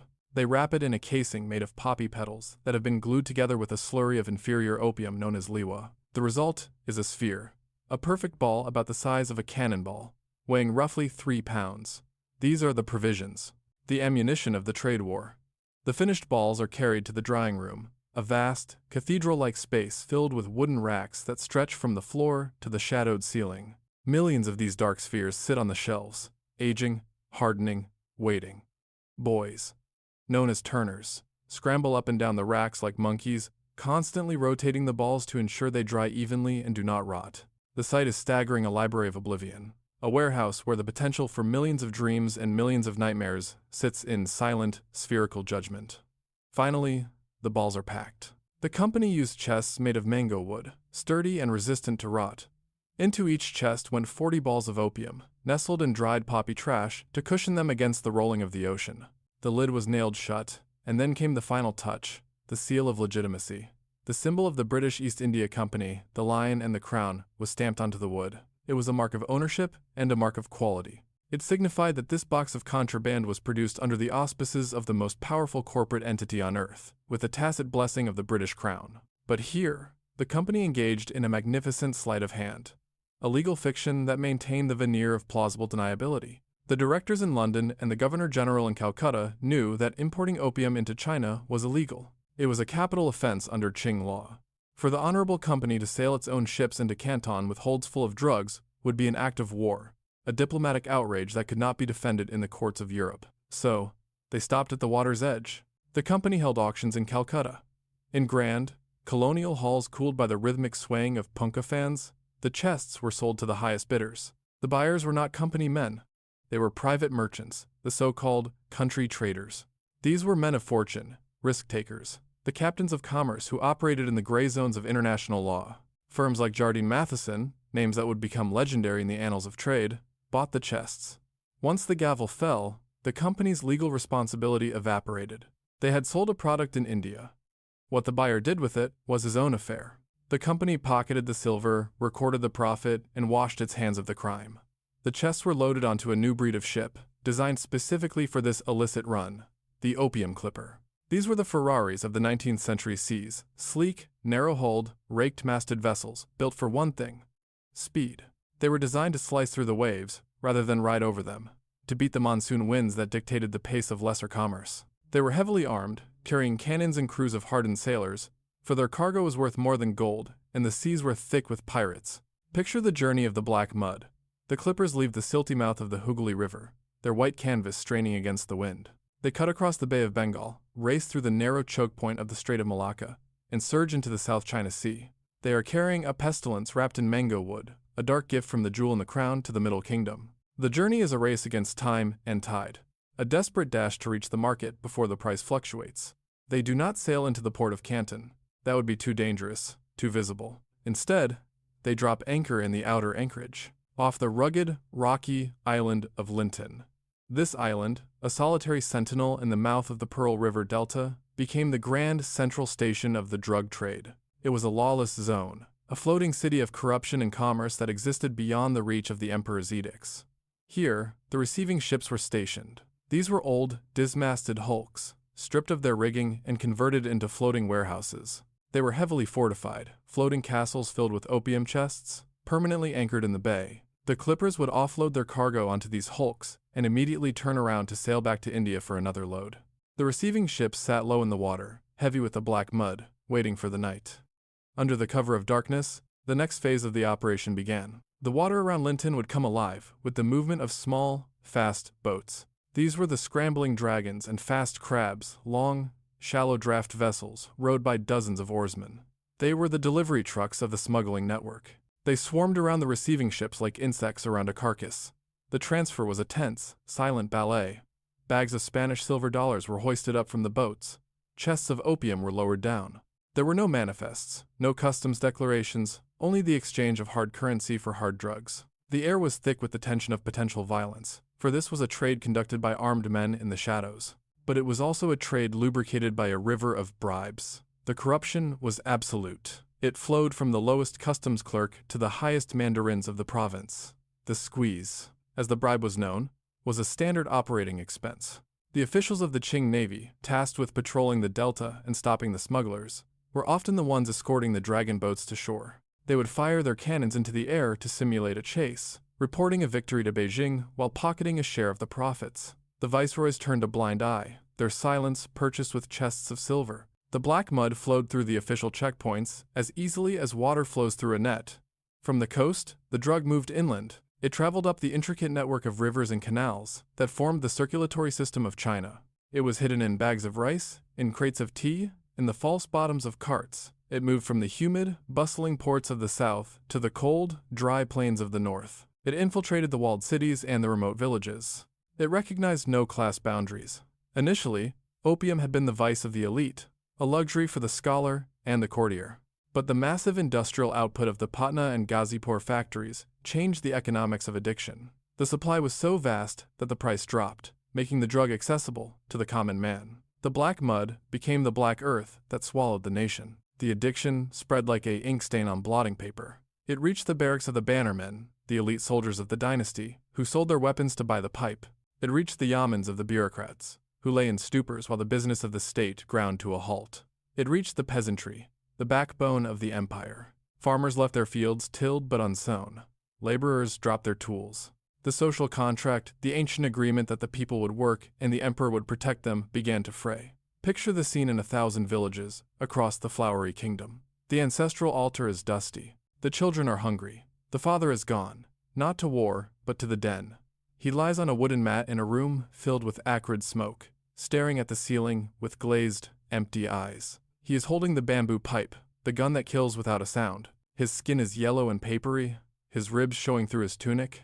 He has ceased to be a father, a husband, or a subject. He has become a ghost in his own life, tethered to the world only by the hunger for the next pipe. The economic devastation was as severe as the physical one. The flow of silver had reversed. For centuries, silver had flowed into China. Now, it was hemorrhaging out. The silver deficit that had plagued London was now plaguing Beijing. The copper cash used by the peasants lost its value against the scarce silver, driving millions into poverty. The economy was contracting, suffocated by the smoke. In the boardrooms of London and Calcutta, the men in frock coats looked at the ledgers and nodded with satisfaction. The strategy was working, the trade was balanced, the tea was paid for. They did not see the wasted bodies or the ruined families. They did not smell the sickly sweet odor of the den. They saw only the abstract beauty of numbers, the black ink of profit that justified the black mud of the trade. They had turned a nation into a shadow of itself, hollowed out from within, by a hunger that could not be sated. The black mud was more than just a drug, it was an agent of entropy. It dissolved the bonds of duty, of family, and of honor. It turned the energy of a civilization into lethargy. The Qing Dynasty, already old and brittle, was cracking under the strain. The emperor in the Forbidden City could issue edicts, he could rage against the dying of the light, but he could not stop the tide. The factories in India were churning, the clippers were sailing, and the pipes were burning. The machine was running perfectly, fed by greed and addiction, grinding an empire into dust, one chest at a time. The flour had become a factory, and the factory had become a tomb. And as the sun set over the Pearl River, casting long shadows across the water, the scrambling dragons pushed off from the shore once more, their oars cutting the water in silence, heading out to the dark shapes on the horizon to collect the next consignment of doom. The cycle was relentless, a perpetual motion machine of misery that would not stop until the world broke.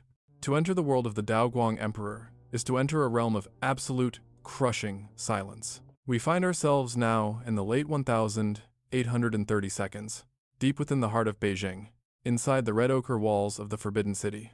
This was not merely a palace, it was a cosmology carved in stone and wood, a terrestrial mirror of the celestial order. Here, under the sweeping curves of roofs, tiled in imperial yellow, the color of the earth, the color of the center, lived the Son of Heaven. He was the pivot around which the human world revolved, the solitary figure charged with maintaining the harmony between the macrocosm of the universe and the microcosm of the empire. But in these twilight years of the Qing Dynasty, the harmony was broken. The music of the spheres had become discordant. The silence of the palace was not the silence of peace, it was the suffocating silence of holding one's breath before a catastrophe. Picture the emperor himself, Asen Jioro Mining, known to history by his reign title, Daoguang, meaning reason's glory. He was a man of 60, lean and gaunt, his face etched with the lines of a chronic, gnawing worry. He was not a tyrant of the old mold, nor a debauched hedonist lost in the pleasures of the harem. He was a Confucian moralist, a man of severe frugality, who wore patched robes to set an example for his court, a ruler who yearned to be a benevolent father to his people. Yet, he found himself presiding over a slow-motion disintegration.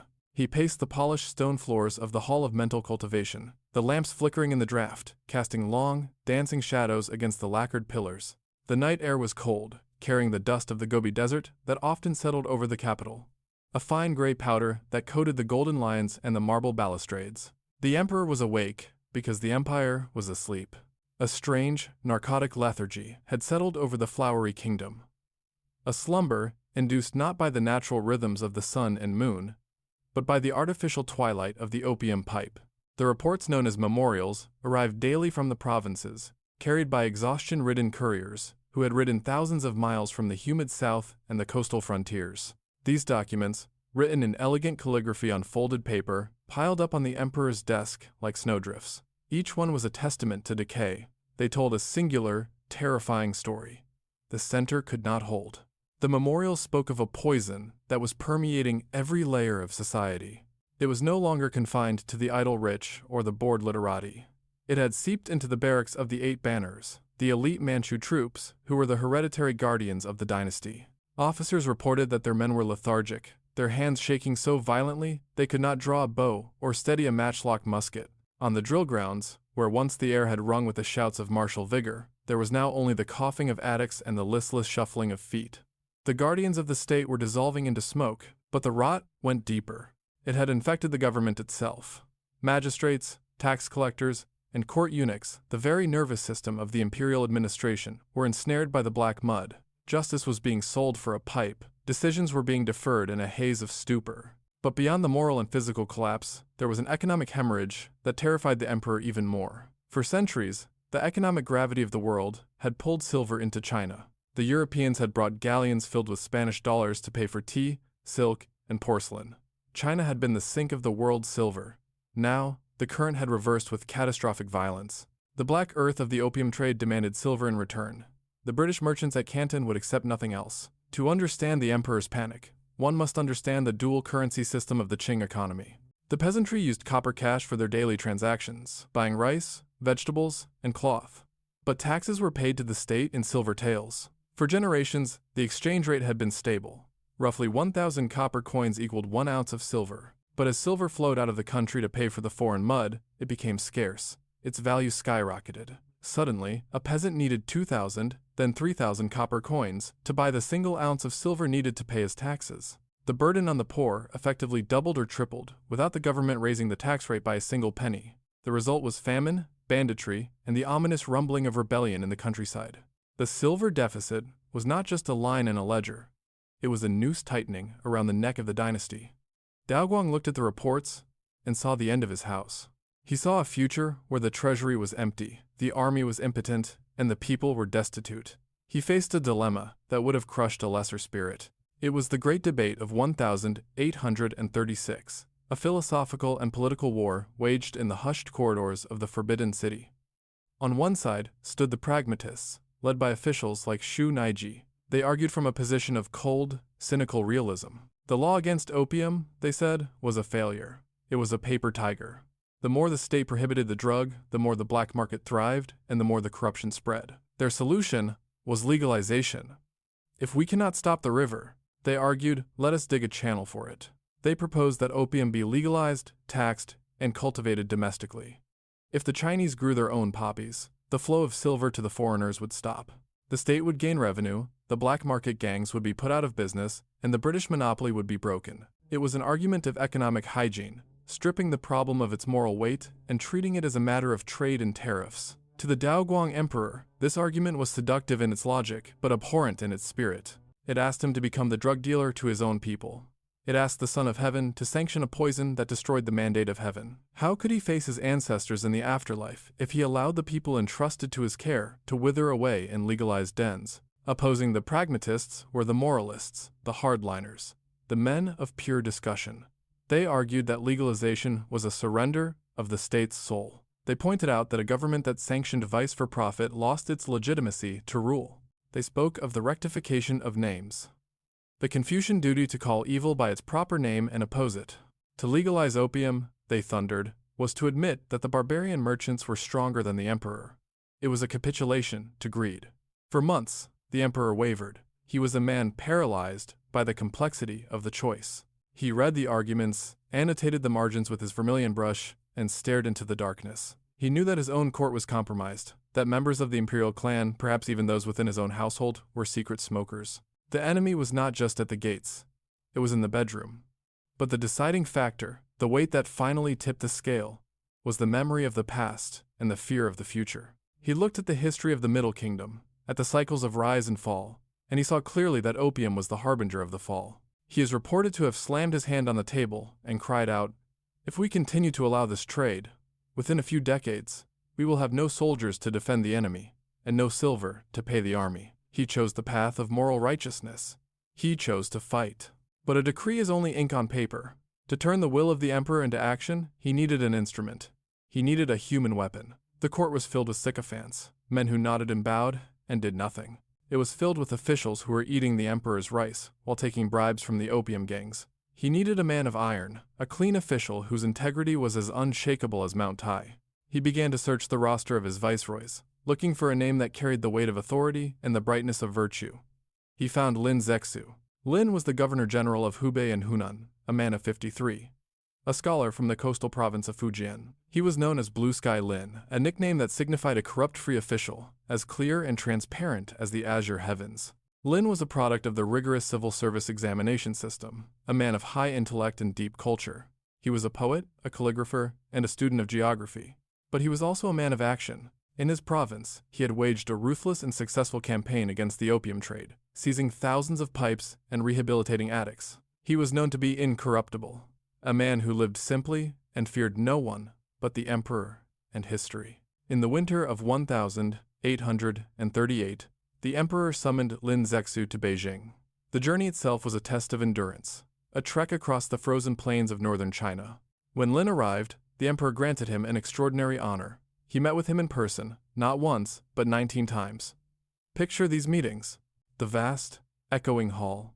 The emperor, sitting cross-legged on the warm Kang platform, the scholar, Lin, kneeling before him. The distance between them was not just physical, it was the distance between the desire for a solution and the reality of the problem. The emperor questioned Lin relentlessly. He asked about the coastal defenses, about the nature of the barbarians, about the methods of suppression. Lin answered with clarity and conviction. He told the emperor that the trade could be stopped, but it required thunder and lightning. It required a total severance of the flow. He argued that the British merchants were motivated solely by profit and that if their profit were threatened, they would back down.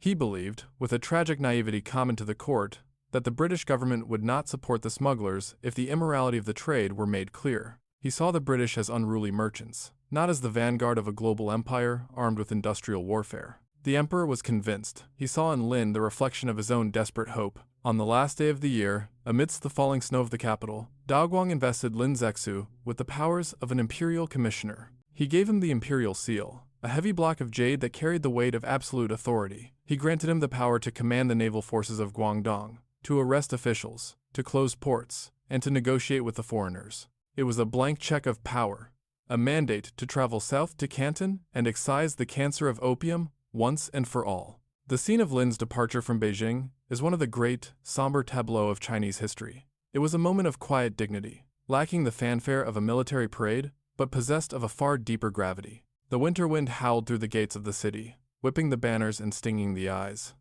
Lin Zexu, dressed in his official robes with the embroidered crane of his rank, climbed into his sedan chair. He looked back at the high walls of the Forbidden City, knowing that he carried the fate of the dynasty in his hands. He knew the risks. He knew that he was entering a snake pit of corruption in Canton, where the local officials would hate him for stopping their flow of silver. He knew that the foreigners were dangerous and unpredictable. As his retinue moved out of the city, heading south towards the warmer, wetter lands of the Pearl River, the atmosphere was heavy with the weight of impending conflict. Lin wrote a poem to his wife, expressing his determination. "I would do anything to save my country, even at the cost of my life. I shall not avoid it because of misfortune, nor pursue it because of fortune." It was the credo of a martyr. Back in the palace, the Daoguang emperor returned to his pacing. The decision had been made. The arrow had left the bow. But the anxiety did not leave him. In the silence of the hall of mental cultivation, he could perhaps feel the tremors of the coming earthquake. He had chosen the path of confrontation, believing that moral rectitude was a shield against steel and gunpowder. He did not know that he had set his clean official on a collision course, not just with a group of smugglers, but with the iron logic of free trade and the military might of the British Empire. The scratching of the brush against the parchment, sealing the commission of Lin Zexu, was the sound of a door slamming shut. The time for debate was over. The flowery kingdom, ancient and introverted, was about to come face to face with the modern world. The storm clouds were indeed gathering over the South China Sea, dark and heavy with the promise of violence. But for now, there was only the long, slow journey of the commissioner, moving mile by mile across the vast landscape of China, carrying with him the impossible order to stop the tide of history with a single dam of will. To visualize the state of the empire at this moment is to see a great, ancient tree, its roots deep in the soil of millennia, its canopy vast and impressive. But beneath the bark, the wood is soft, eaten away by termites. The wind is rising. The first branches are beginning to snap. The emperor, the gardener of this great tree, stands helpless at the base, holding a bottle of medicine that is too weak, too late. The tragedy of the emperor's anxiety is not that he made the wrong choice, but that he had no good choices left to make. The flower had already won. The war that followed was merely the formality of the conquest. We leave the emperor there, in the golden cage of the Forbidden City, surrounded by the ghosts of his ancestors and the smoke of the present. His distress is the distress of a man who wakes up to find his house on fire, only to realize that the water in the well has run dry. The scene fades from the cold, dry clarity of the north to the humid, chaotic bustle of the south, where Lin Zexu is arriving, the storm front of the emperor's wrath, ready to meet the black mud with the white light of the law. The spring of 1839 arrived in the Pearl River Delta, not with the gentle awakening of buds and the song of birds, but with a suffocating heaviness, a humid blanket of heat that pressed down upon the water and the land alike. The atmosphere in Canton, the sole gateway between the ancient celestial empire and the restless, industrializing West, was charged with a static electricity that prickled the skin. The air smelled of low tide, of rotting vegetation, of incense, and of the nervous sweat of men who knew that the world was about to change. For decades, the trade had flowed like a dark river, opium coming in, silver flowing out, a rhythm of commerce that had seemed as inevitable as the tides. But now, the rhythm was faltering. A new force had entered the delta, a force that moved not with the chaotic energy of the marketplace, but with the inexorable, crushing slowness of a glacier. Commissioner Lin Zexu had arrived. His journey from Beijing had been a long, deliberate procession, a march of moral rectification that covered more than 1,000 miles of frozen plains, mountain passes, and river valleys. He came carrying the imperial seal, the double-edged sword of the emperor's will, and a reputation that preceded him like a thunderclap. To the corrupt local officials of Guangdong, who had grown fat on the bribes of the smugglers, Lin was a terrifying specter, a man who could not be bought, a scholar whose integrity was as hard and cold as jade. To the foreign merchants, the barbarians huddled in their factories along the waterfront, he was an enigma, a sudden and unwelcome interruption to the profitable lethargy of their lives. They had seen edicts before.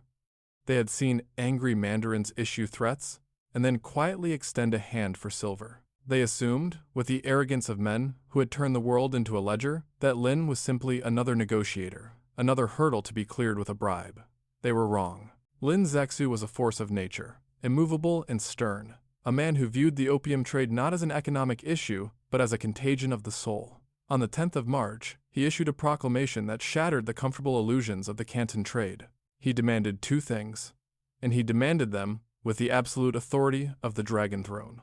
First, the foreign merchants must surrender every ounce of opium in their possession. Second, they must sign a bond, a sacred pledge written in Chinese and foreign characters, promising that they would never again bring the flowing poison to the shores of the Middle Kingdom, on pain of death. The reaction in the 13 factories, the narrow strip of land assigned to the foreigners outside the city walls, was one of shock and disbelief. These factories were not manufacturing plants, but grand trading houses, compounds of warehouses and living quarters, built in a strange hybrid of Western and Chinese styles. Here lived the British, the Americans, the Dutch, and the Parsees, a cosmopolitan brotherhood of profit, trapped in a gilded cage.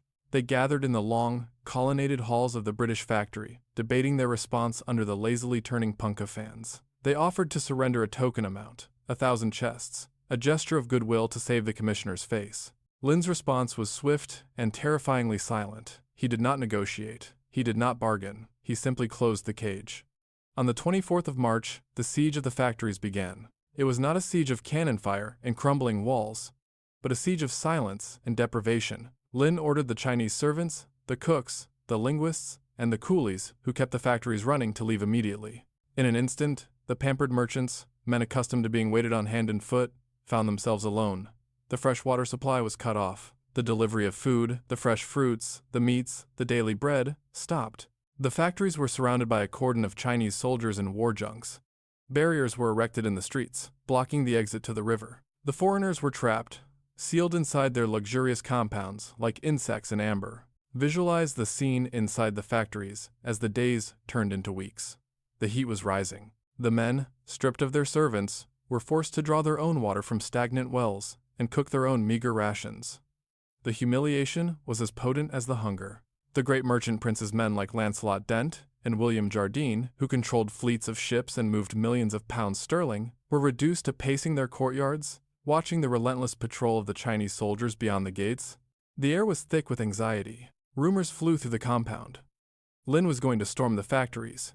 He was going to execute the ringleaders. He was going to starve them into submission. At the center of this storm stood Captain Charles Elliot, the British Superintendent of Trade. He was a man caught between two worlds, a representative of the British Crown, charged with protecting his countrymen, and a man who personally despised the opium trade, calling it a traffic, which no man can suspect to be other than one of shame and sin. Yet, duty bound him. He saw the blockade not as a rightful enforcement of Chinese law, but as a hostage situation, an affront to the dignity of the British flag. He looked at the haggard faces of the merchants, at the dwindling supplies, and realized that Lin Zexu would not blink. The commissioner had the patience of a mountain.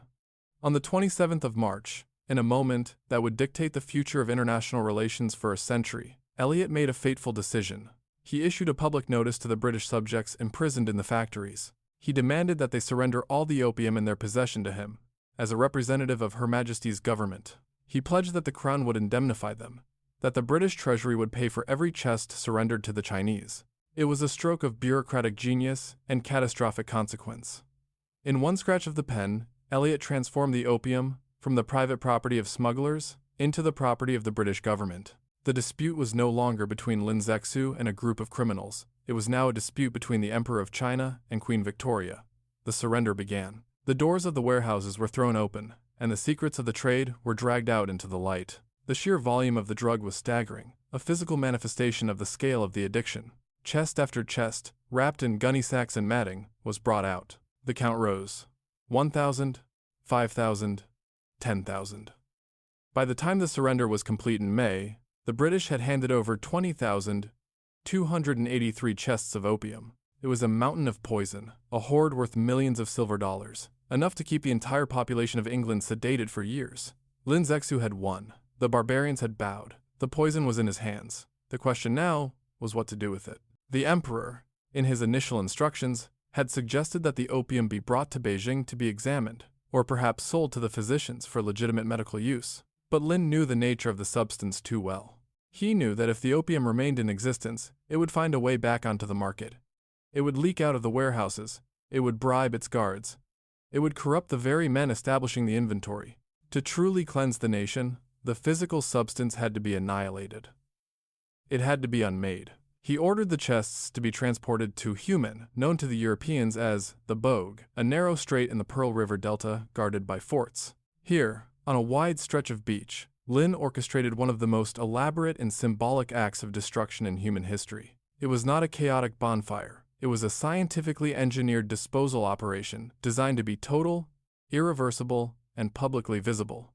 Imagine the scene on the beach at Human in June of 1839. The monsoon season is approaching. The sky a bruised purple.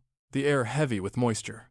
Hundreds of laborers are at work, digging 3 enormous trenches in the sand. These are not simple pits. They are complex hydraulic engineering projects.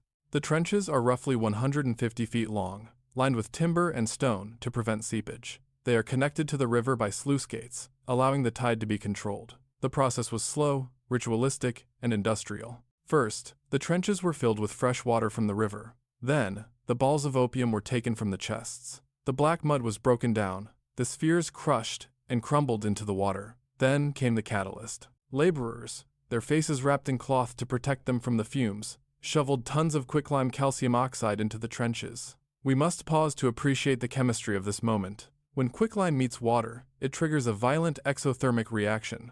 The water does not just get warm, it boils. The trenches began to churn and hiss, a witch's cauldron of bubbling white foam and black sludge.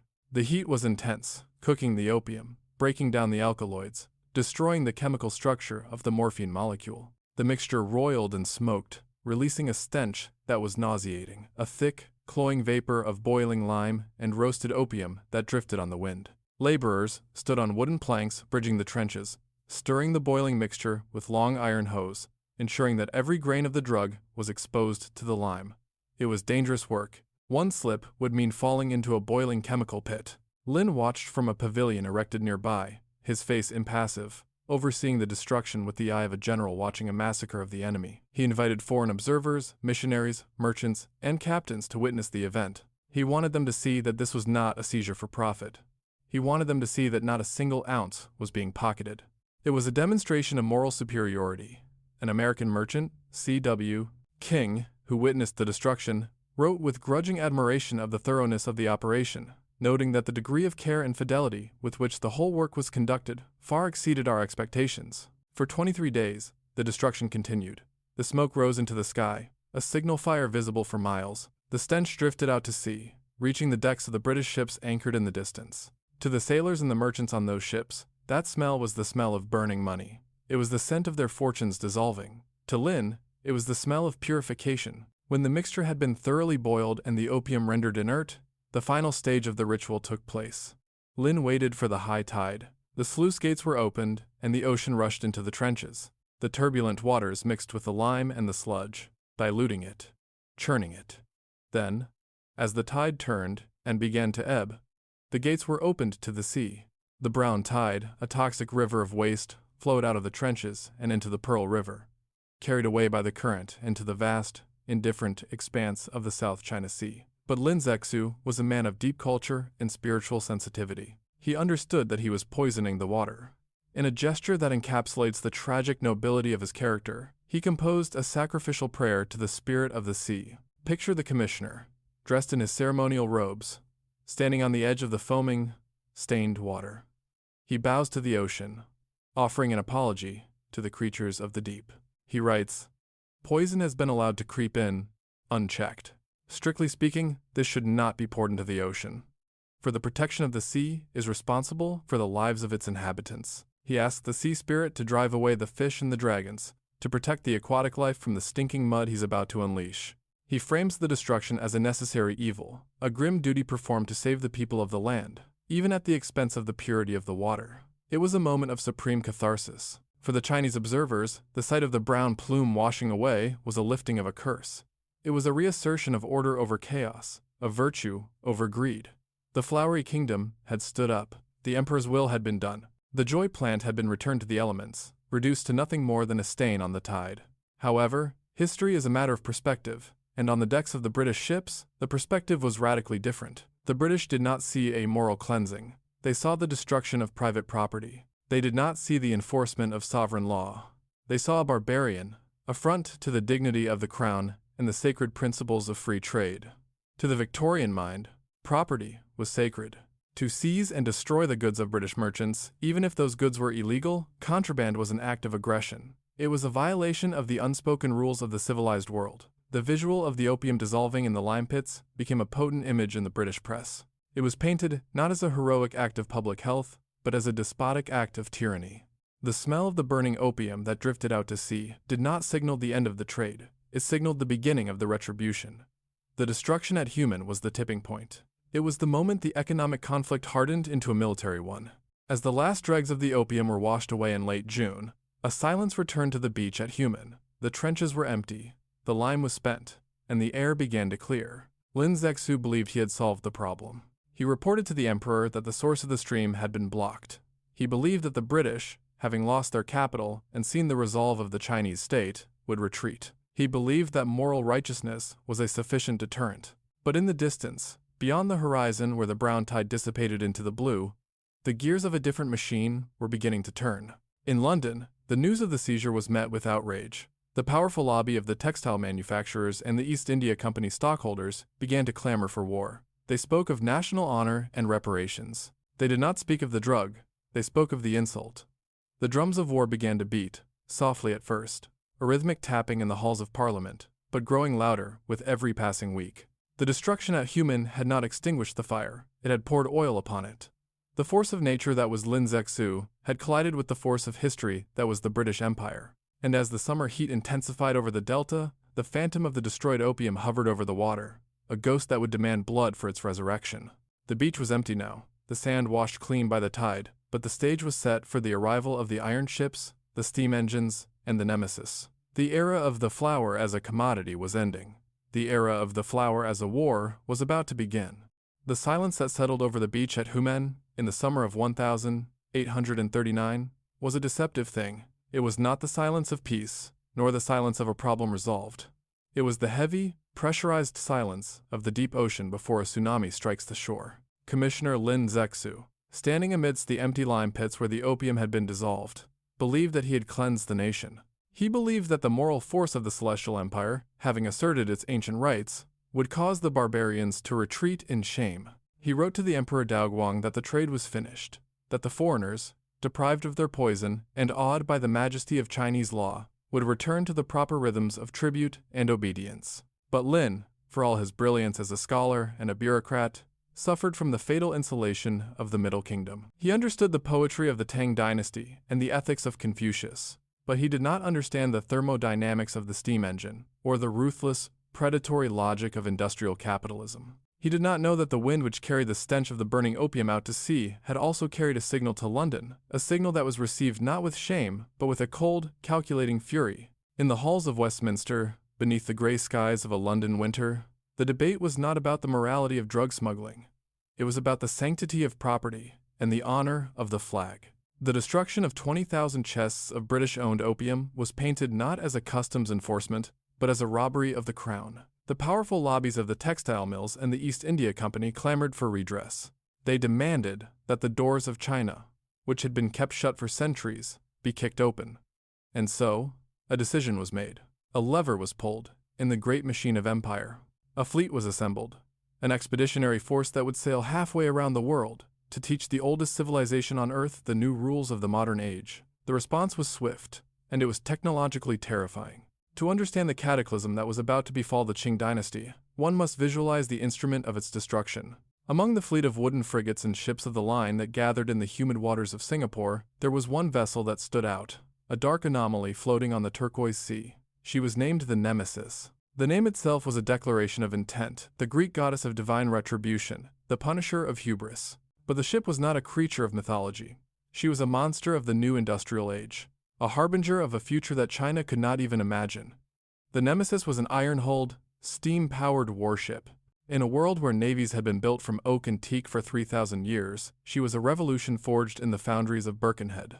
Picture this black leviathan resting in the water. She was long and low, her hull painted a sinister, non-reflective black. Unlike the sailing ships that surrounded her, with their towering masts and clouds of white canvas dependent on the whims of the breeze, the Nemesis possessed a heart of fire. Deep within her iron belly, coal furnaces roared, heating water to high pressure, driving pistons that turned two massive paddle wheels on her flanks. She churned the water with a rhythmic, mechanical violence, thump, thump, thump, a sound that had never before been heard in the serene estuaries of the East.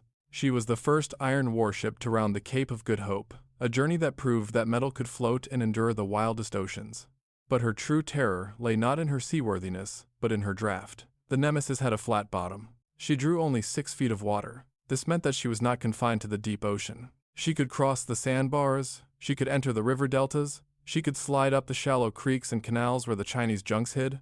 She was an amphibious predator, capable of bringing the heavy artillery of a ship of the line into the shallowest veins of the Chinese countryside. She was the technological key that would unlock the river gates of the empire. As the British fleet arrived in the Pearl River Delta in the summer of 1840, the collision of civilizations began. It was a clash between the medieval and the modern, between the old world of cycles and wood and the new world of linear progress and iron.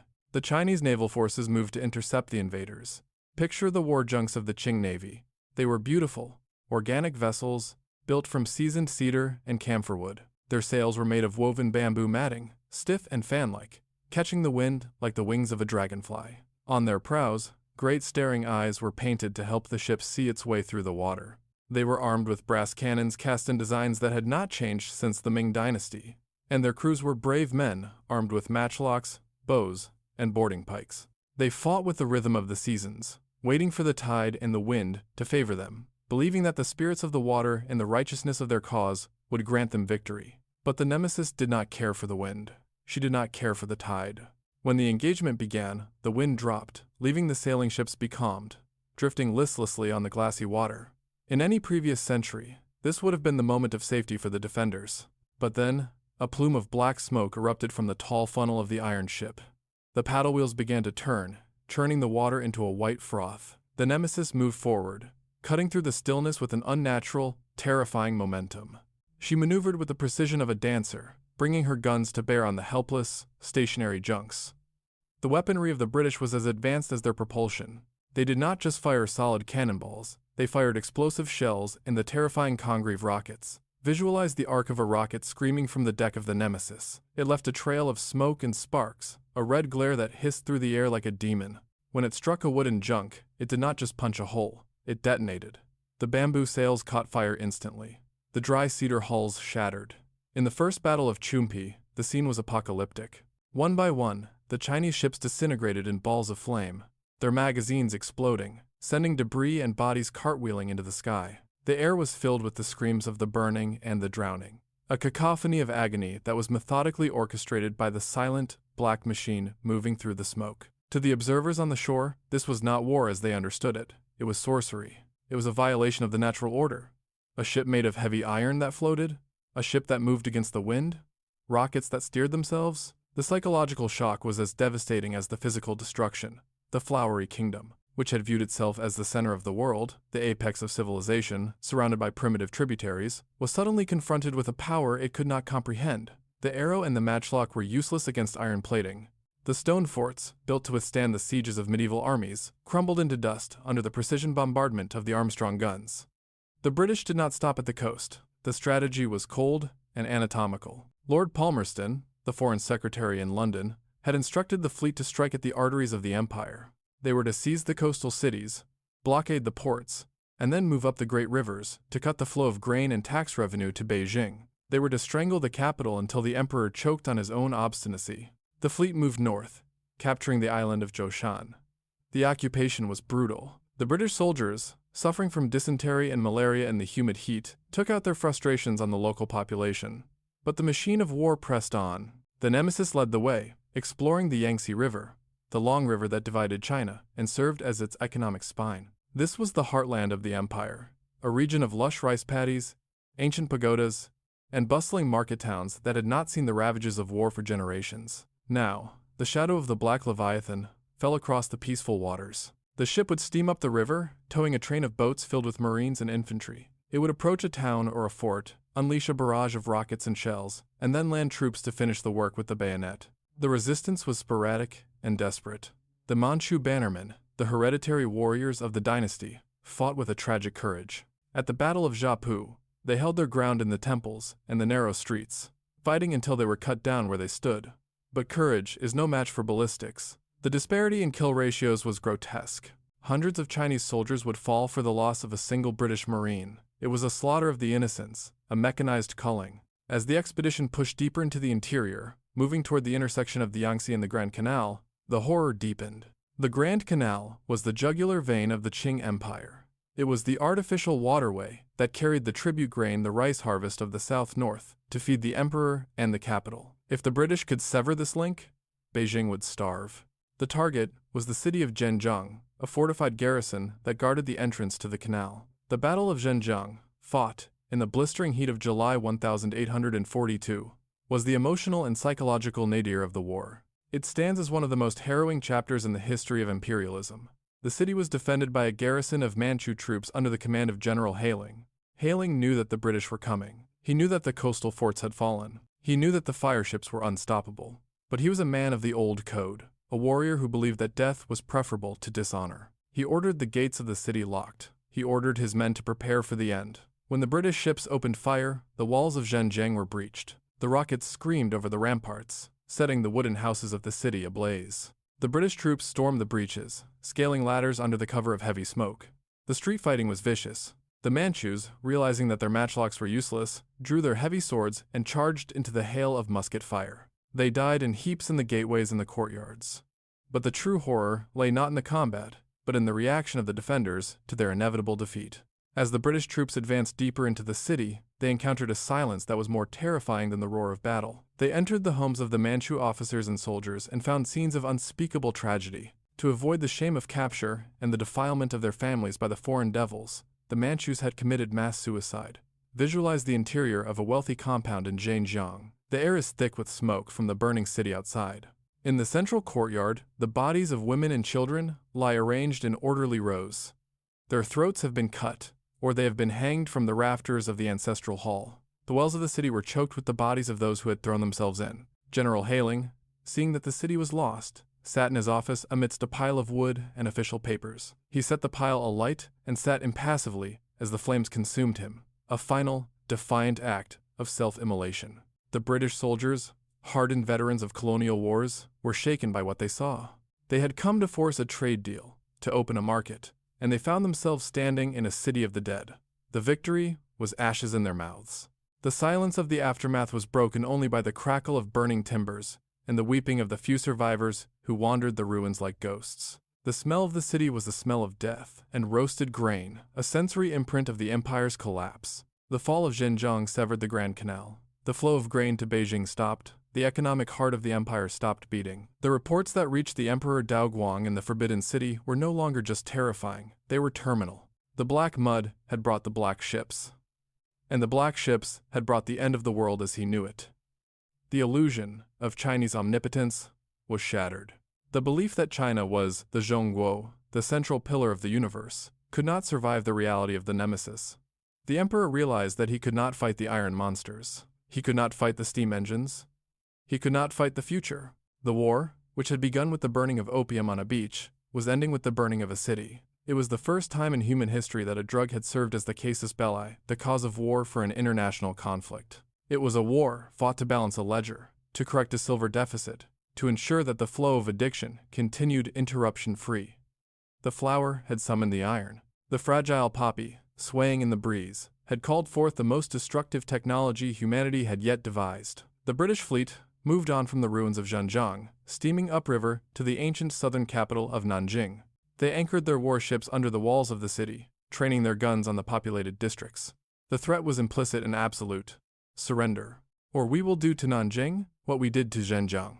The nemesis prowled the river, a constant reminder of the disparity of power. The paddle wheels turned slowly, holding the ship in place against the current, a mechanical predator waiting for the order to strike. On the deck of the British flagship, HMS Cornwallis, the stage was set for the final humiliation. The Qing officials, dressed in their somber robes, boarded the ship to sue for peace. They had to walk past the lines of Royal Marines, past the racks of polished muskets, past the heavy cannons that could level their cities. They were men of the brush and the scroll, forced to negotiate with men of iron and steam. They looked at the steam engines with a mixture of horror and fascination, trying to comprehend the engine that had powered their defeat. The psychological trauma of this moment cannot be overstated. For 2,000 years, China had absorbed its conquerors. The Mongols, the Manchus, they had all eventually adopted Chinese culture, Chinese language, and Chinese ways. But the British were different. They did not want to be Chinese. They did not want to rule the land. They wanted to rule the market. They wanted to extract, to sell, to trade. They represented a force that was alien to the cyclical, agrarian worldview of the East. They represented the linear, relentless, consuming hunger of industrial progress. As the negotiations for the Treaty of Nanking began, the guns of the nemesis finally fell silent. The paddle wheels stopped churning. The smoke cleared from the river, revealing a landscape that was forever altered. The silence that returned to the Yangtze was not the silence of the past. It was a stunned, traumatized silence. The Middle Kingdom had been forced to kneel. The Emperor, the Son of Heaven, had been humbled by a group of drug runners, backed by the Royal Navy. The War of Iron and Steam was over, but the legacy of the conflict was just beginning. The breach had been made, the walls were down, and through the gap opened by the nemesis, the modern world rushed in like a flood. It brought with it new ideas, new technologies, and new religions. But it also brought a deep, abiding sense of national humiliation that would haunt China for a century and a half. The opium, the cause of it all, was never explicitly mentioned in the treaty that followed. It remained a ghost at the table, the silent partner in the victory. But everyone knew: the soldiers cleaning their bayonets, the sailors banking the fires in the furnaces, the mandarins weeping in their private chambers, they all knew. The iron ship had won the right for the flour to be sold. The steam engine had conquered the wind to ensure that the smoke of the pipe would continue to drift through the lattice windows of the empire. The duality was complete. The hardest substance on earth, iron, had been deployed to secure the trade of the softest, the resin of the poppy. The age of the isolate empire was dead. The age of the global market, forged in fire and blood, had arrived. The heat of August in the Yangtze Valley is a physical weight, a humid, oppressive blanket that presses the breath from the lungs and turns the air into a shimmering haze of moisture. It was in this sweltering atmosphere, on the 29th day of August in the year 1842, that the ancient world and the modern world met to formalize a capitulation. The location was not a palace of the Qing emperors, nor a temple of the Tao, but the deck of a warship, the HMS Cornwallis, anchored in the broad, silty flow of the Yangtze River, just outside the city of Nanjing. The river, known to the Chinese as the Changjiang, or Long River, had been the artery of the empire for millennia, a carrier of grain, salt, and poetry. Now, it carried the black-hulled vessels of the British Royal Navy, their guns run out, their shadows falling long and dark across the water. The scene on the deck of the Cornwallis was a study in tragic contrast, a tableau vivant of the shifting tectonic plates of history. On one side stood the representatives of the British Empire, led by Sir Henry Pottinger. They were men of the Victorian age, stiff in their uniforms of wool and gold braid, sweating in the heat, their faces flushed with the confidence of industrial superiority. They represented a world of linear time, of steam engines, of double-entry bookkeeping, and of a ruthless, expansive free trade that acknowledged no borders. On the other side stood the representatives of the Qing Dynasty, the High Commissioners Qi Ying and Yilabu. They were men of the Old World, draped in flowing robes of silk, wearing the mandarin caps topped with the buttons of their rank. They carried themselves with the stoic, heartbroken dignity of a civilization that had believed itself to be the center of the universe, only to find that the universe had changed its shape. The document that lay on the table between them was written on parchment, the ink black and wet.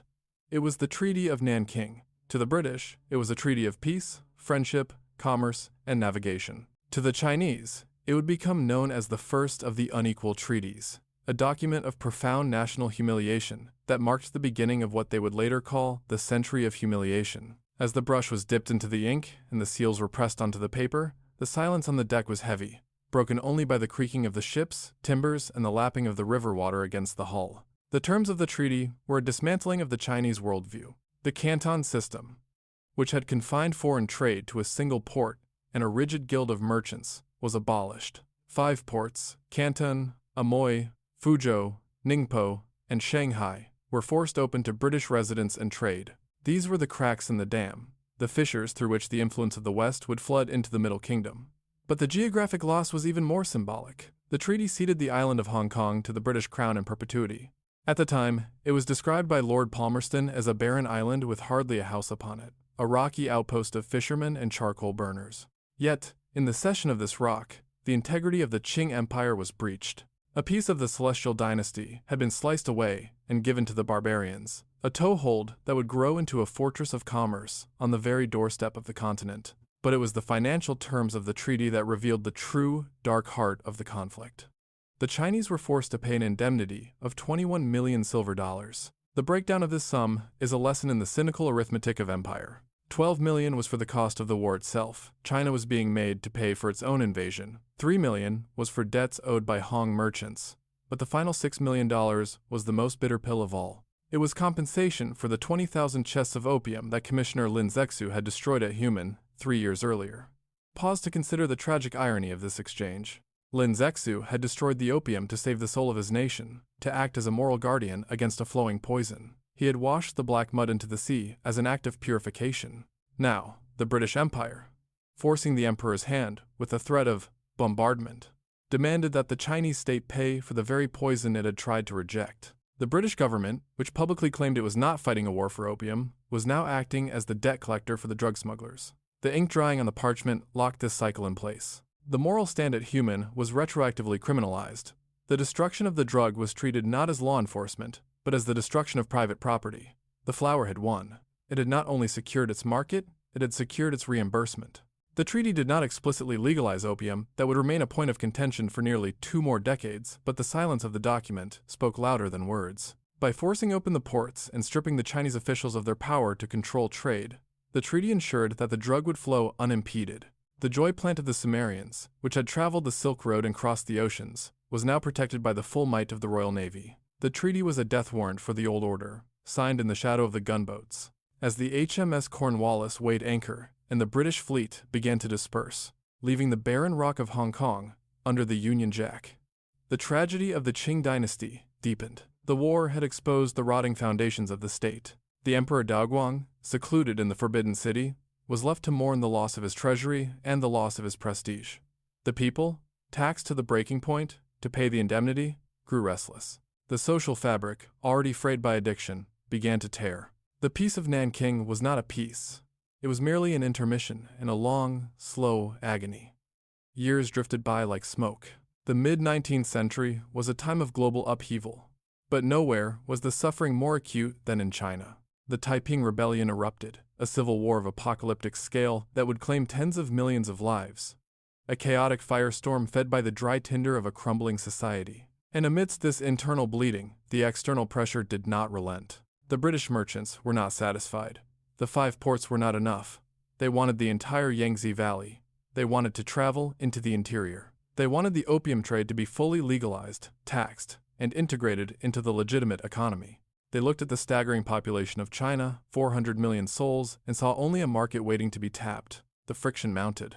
A minor incident involving a seized ship, the Arrow, became the spark for a second conflagration. The Second Opium War began in 1856, a conflict that saw the British joined by the French, eager to carve out their own sphere of influence. Once again, the technological disparity was absolute. The Western forces smashed the coastal forts, destroyed the Chinese fleets, and marched steadily northward toward the beating heart of the empire. Beijing. It culminates in the autumn of 1860, in an act of cultural vandalism that still leaves a scar on the memory of the world. The Anglo-French forces had fought their way to the outskirts of the capital. The Emperor Xianfeng, the son of Da Guang, had fled to the mountain resort of Chengde, leaving the city defenseless. The foreign troops found themselves standing before the gates of the Yuanming Yuan, the old summer palace. To understand what was lost, we must first build the palace in our minds. Close your eyes and picture a dreamscape constructed over a century and a half. The Yuanming Yuan, or Gardens of Perfect Brightness, was not a single building. It was a vast complex of gardens, lakes, palaces, and pavilions, covering nearly 800 acres, 5 times the size of the Forbidden City. It was the private playground of the emperors, the place where they escaped the rigid rituals of the court to be at peace with nature and art. It was a microcosm of the world. There were replicas of the landscapes of southern China, with misty lakes and winding canals. There were hills constructed by hand to mimic the mountains of the immortals. There were libraries housing the rarest manuscripts in the empire, encyclopedias of knowledge that existed nowhere else. There were halls filled with the finest porcelain of the Qing and Ming dynasties, jade carvings of impossible intricacy, and robes woven from silk and gold thread. But it was also a place of fusion. In the northern section of the gardens stood the Xianglu, the western mansions. These were palaces designed in the European Baroque style by Jesuit missionaries in the 18th century, a whimsical blend of Versailles and Beijing, complete with elaborate fountains and mazes. The Yuanming Yuan was the repository of the Qing Dynasty's soul. It was a wonderland of art, architecture, and history, a physical manifestation of the emperor's mandate to rule over all things under heaven. It was quiet, serene, a place where the water lilies bloomed in silence and the cranes waited in the shallows. Then, the soldiers arrived. The looting began first. It was a chaotic, frenzied collision of greed and bewilderment. French and British troops, dusty and bloodied from the campaign, burst into the halls of supreme harmony and universal peace. They were overwhelmed by the sheer volume of treasure. Accounts from the time describe a scene of madness. Soldiers filled their pockets with rubies and pearls. They smashed priceless porcelain vases simply to get at the contents. They wrapped themselves in the emperor's embroidered robes and danced in the courtyards. They wound mechanical clocks and laughed as the chimes rang out in the empty halls. The sheer density of beauty provoked a kind of destructive nihilism. Men who could not carry the large jade sculptures smashed them with the butts of their rifles. Silk tapestries were used to clean muddy boots. The Pekingese dogs, the sacred pets of the imperial household, found wandering the halls, were scooped up. One was later taken to England, presented to Queen Victoria, and cruelly named Lootie. For days, the looting continued, a stripping of the flesh from the bones of the palace. The floors were knee-deep in broken shards and torn paper. But the final stroke was yet to fall. Lord Elgin, the British High Commissioner, wanted to send a message to the emperor that would be unforgettable. He wanted to punish the Qing court for the torture and death of a diplomatic negotiation party, but he wished to spare the civilian population of Beijing itself. He decided to strike at the emperor's personal heart. He ordered the destruction of the Yuanming Yuan. On the 18th of October, 1860, 3,500 British troops marched into the gardens, carrying torches. Picture the smoke rising. It began as small flickers of orange against the intricate woodwork of the pavilions. The cedar and sandalwood, seasoned for decades, caught fire instantly. The flames leaped from roof to roof, consuming the Hall of Calm Seas, the Pavilion of Gathering Phoenixes, and the great Imperial Library. The fire burned for 3 days and 3 nights. The smoke was so thick that it eclipsed the sun over Beijing, casting a pall of twilight over the capital. The sky rained black ash, covering the rooftops of the city like a dark snow. As the fire roared, it consumed more than just wood and stone. It consumed memory. Unique copies of literary works were turned to carbon. Paintings that captured the likenesses of emperors and concubines curled and blackened, their faces vanishing forever into the heat. The intricate mechanical fountains, the water clocks, designed by the Jesuits, melted into pools of bronze and lead. The gardens of perfect brightness were transformed into a landscape of hellish darkness. The destruction of the palace was a symbolic act of terrifying power. It mirrored the destruction of the national body by the opium pipe. Just as the drug had hollowed out the physical strength of the Chinese people, leaving them gaunt and dependent, the fire hollowed out the cultural strength of the state, leaving it a ruin. The palace, which had stood as a testament to the refinement and stability of the civilization, was now a scorched wasteland of broken pillars and soot-stained stones. The Emperor Xianfeng, hiding in the mountains, reportedly vomited blood when he heard the news. He died shortly after, a broken man, leaving the throne to a child, and the power to the Empress Dowager Cixi. The empire was headless, its heart burned out. In the aftermath of the smoke, the Treaty of Tientsin and the Convention of Peking were ratified. The terms were even harsher than Nanking. More ports were opened, foreigners were granted the right to travel freely, Christian missionaries were protected. And finally, inevitably, the trade in opium was legalized. The flower was no longer a contraband ghost. It was a legitimate, taxable import. The struggle that Commissioner Lin had begun 20 years earlier had ended in total defeat. The scene of the ruined Yuanming Yuan remains one of the most haunting images of the 19th century. Even today, the ruins are kept as a park. The broken stone columns of the Western Mansion standing like bleached ribs against the sky, a deliberate monument to the shame and the loss. But in the immediate silence that followed the fire, the tragedy was absolute. The Middle Kingdom had been forced open by the mechanics of the West, its doors kicked in, its treasures looted, and its sanctuary burned.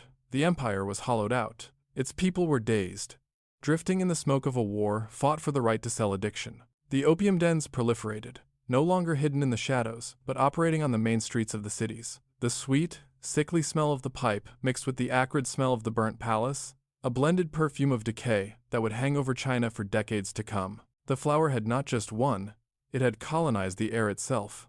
And so, the tears of Aphrodite, which became the joy plant of the Sumerians, which became the black mud of the East India Company, had finally achieved its total dominion. It had dismantled a civilization to ensure its own survival. It had turned silver into smoke, and smoke into gold.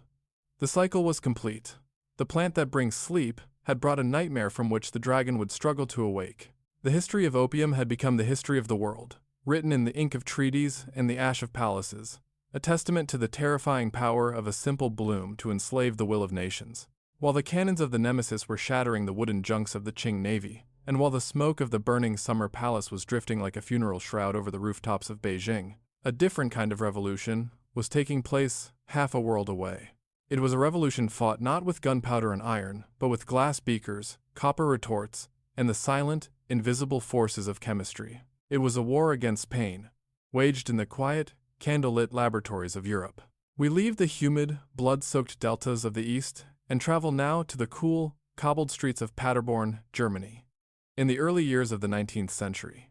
Here, in the back room of an apothecary's shop, amidst the smell of dried herbs and grinding pestles, the history of the poppy was about to undergo a transmutation as profound as any alchemist's dream of turning lead into gold. The flower, which had remained biologically unchanged since it first swayed in the Sumerian breeze, was about to be unlocked. Its soul was about to be extracted. The architect of this transformation was not a great professor in a university hall, nor a wealthy natural philosopher with a private library. He was a 20-year-old apprentice named Friedrich Serturner. Picture him in the year 1804, a young man with tired eyes and stained fingers, working late into the night while the town sleeps. He is possessed by a singular, divine curiosity. For centuries, physicians had known that opium was a complex mixture, a black mud of gums, resins, oils, and useless plant matter.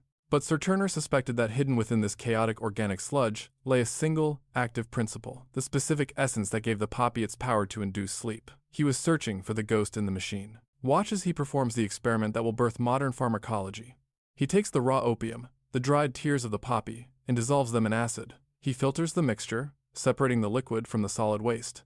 Then, he adds ammonia. He watches with breath held tight in his chest as a reaction occurs. Slowly, miraculously, a precipitate begins to form. Out of the dark, brown liquid, white crystals begin to fall like snow in a winter night. They settle at the bottom of the flask, glittering in the candlelight. These crystals are not plant matter. They are not resin. They are the pure, distilled alkaloid of the flower. They are the chemical key that fits the lock of the human brain. Serturner washed these crystals, purified them, and looked at them with a mixture of awe and fear. He had done what the ancients could only imagine. He had separated the medicine from the plant. He needed a name for this new substance, a name that captured its heavy, mythological weight. He looked to the Greeks, to the pantheon of old. He chose the name of the winged god of dreams, the son of Hypnos, the deity who shapes the phantasms of the night, Morpheus. He named the substance morphium, which the French would later soften to morphine. But discovery is nothing without proof. In the spirit of the age, Serturner decided to test the crystals on the only subjects available to him, himself and 3 young friends. Visualize the scene in the cramped attic room. It is a supper of sleep. The four young men gather around a table. Sir Turner measures out the white powder, a dose that we now know was dangerously high. They swallow the bitter crystals with alcohol. The effect was not the gentle drowsiness of the opium pipe. It was a hammer blow. Sir Turner described the sensation. A sudden, overwhelming heaviness, a racing heart, and then a descent into a dark, dream-haunted coma. They lay on the floor, breathing shallowly, their skin turning cold and clammy. For hours, they hovered on the threshold of death, the god Morpheus holding them in a suffocating embrace. Only when Sir Turner, fighting through the paralysis of his own will, managed to induce vomiting with vinegar, did they survive. They awoke pale, exhausted, and terrified. They had touched the void.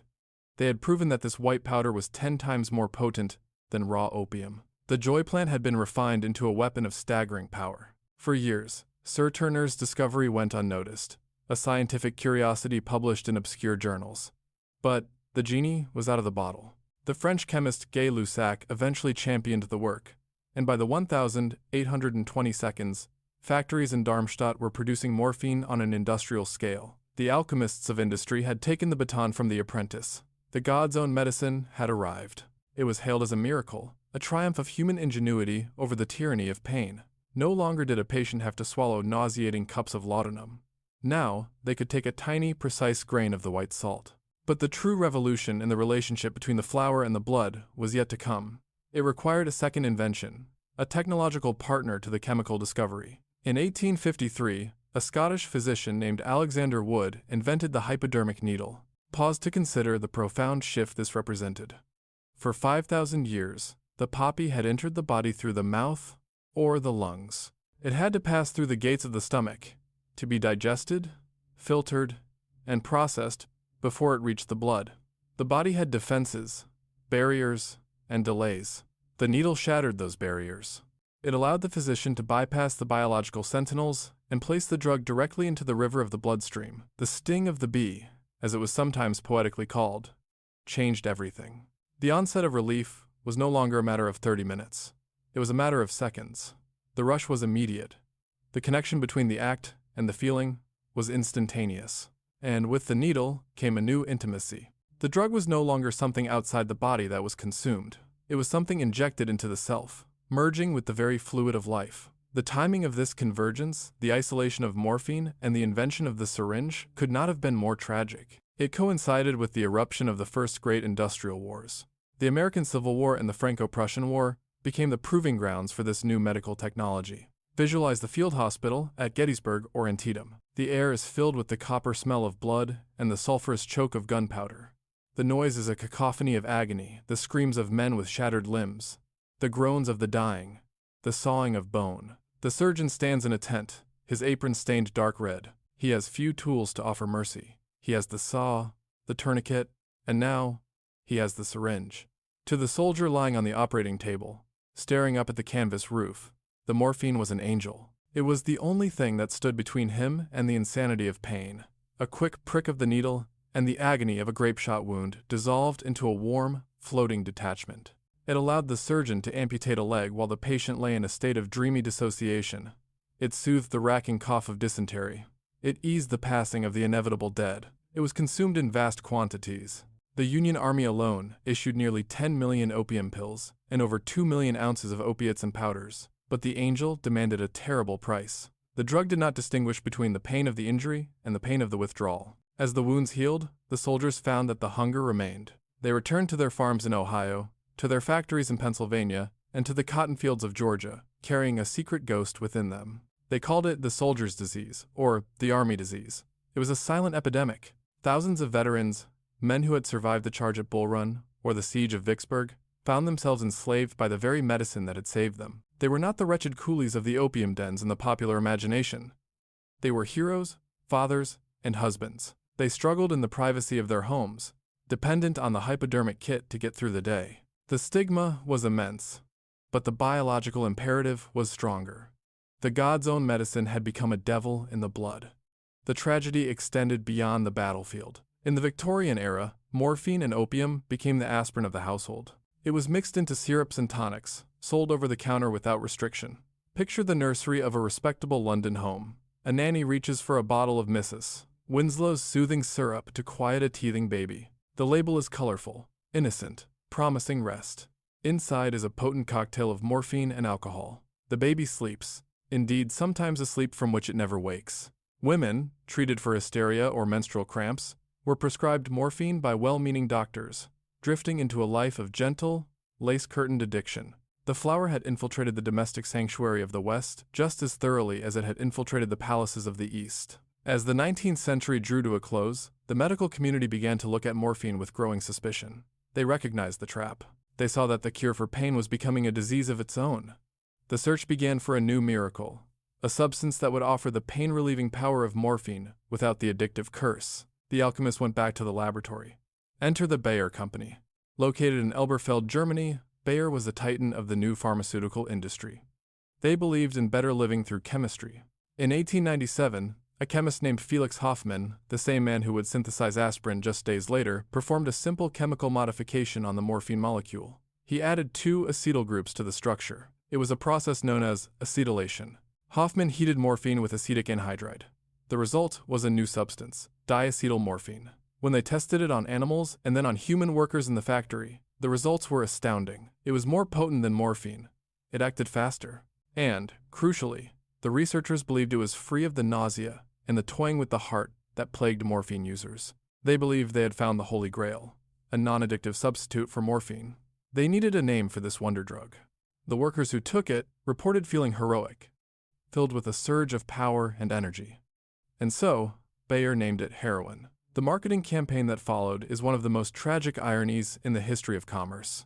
Visualize the advertisements in the medical journals of 1898. They feature wholesome illustrations of bottles and smiling nurses. Heroin. The copy reads, "The sedative for coughs." It was marketed as a cure for respiratory ailments, for bronchitis, for tuberculosis. It was even recommended as a cure for morphine addiction. The logic was terrifyingly circular. Treat the addict by giving him a stronger, more euphoric drug. For over a decade, heroin was sold legally. You could buy it in a pharmacy, you could order it by mail. Doctors prescribed it to children with sore throats. It was the pinnacle of scientific hubris. The scientists believed they had outsmarted nature. They believed that by tweaking a few atoms on a molecule, they could strip away the darkness of the poppy and leave only the light. But the body is a stubborn biological machine. It converts diacetylmorphine back into morphine once it crosses the blood-brain barrier. But because heroin is more lipid-soluble, it crosses that barrier much faster than morphine. It hits the brain with the force of a freight train. The non-addictive substitute turned out to be the most addictive substance ever known to man. By the time the medical community realized their error, it was too late.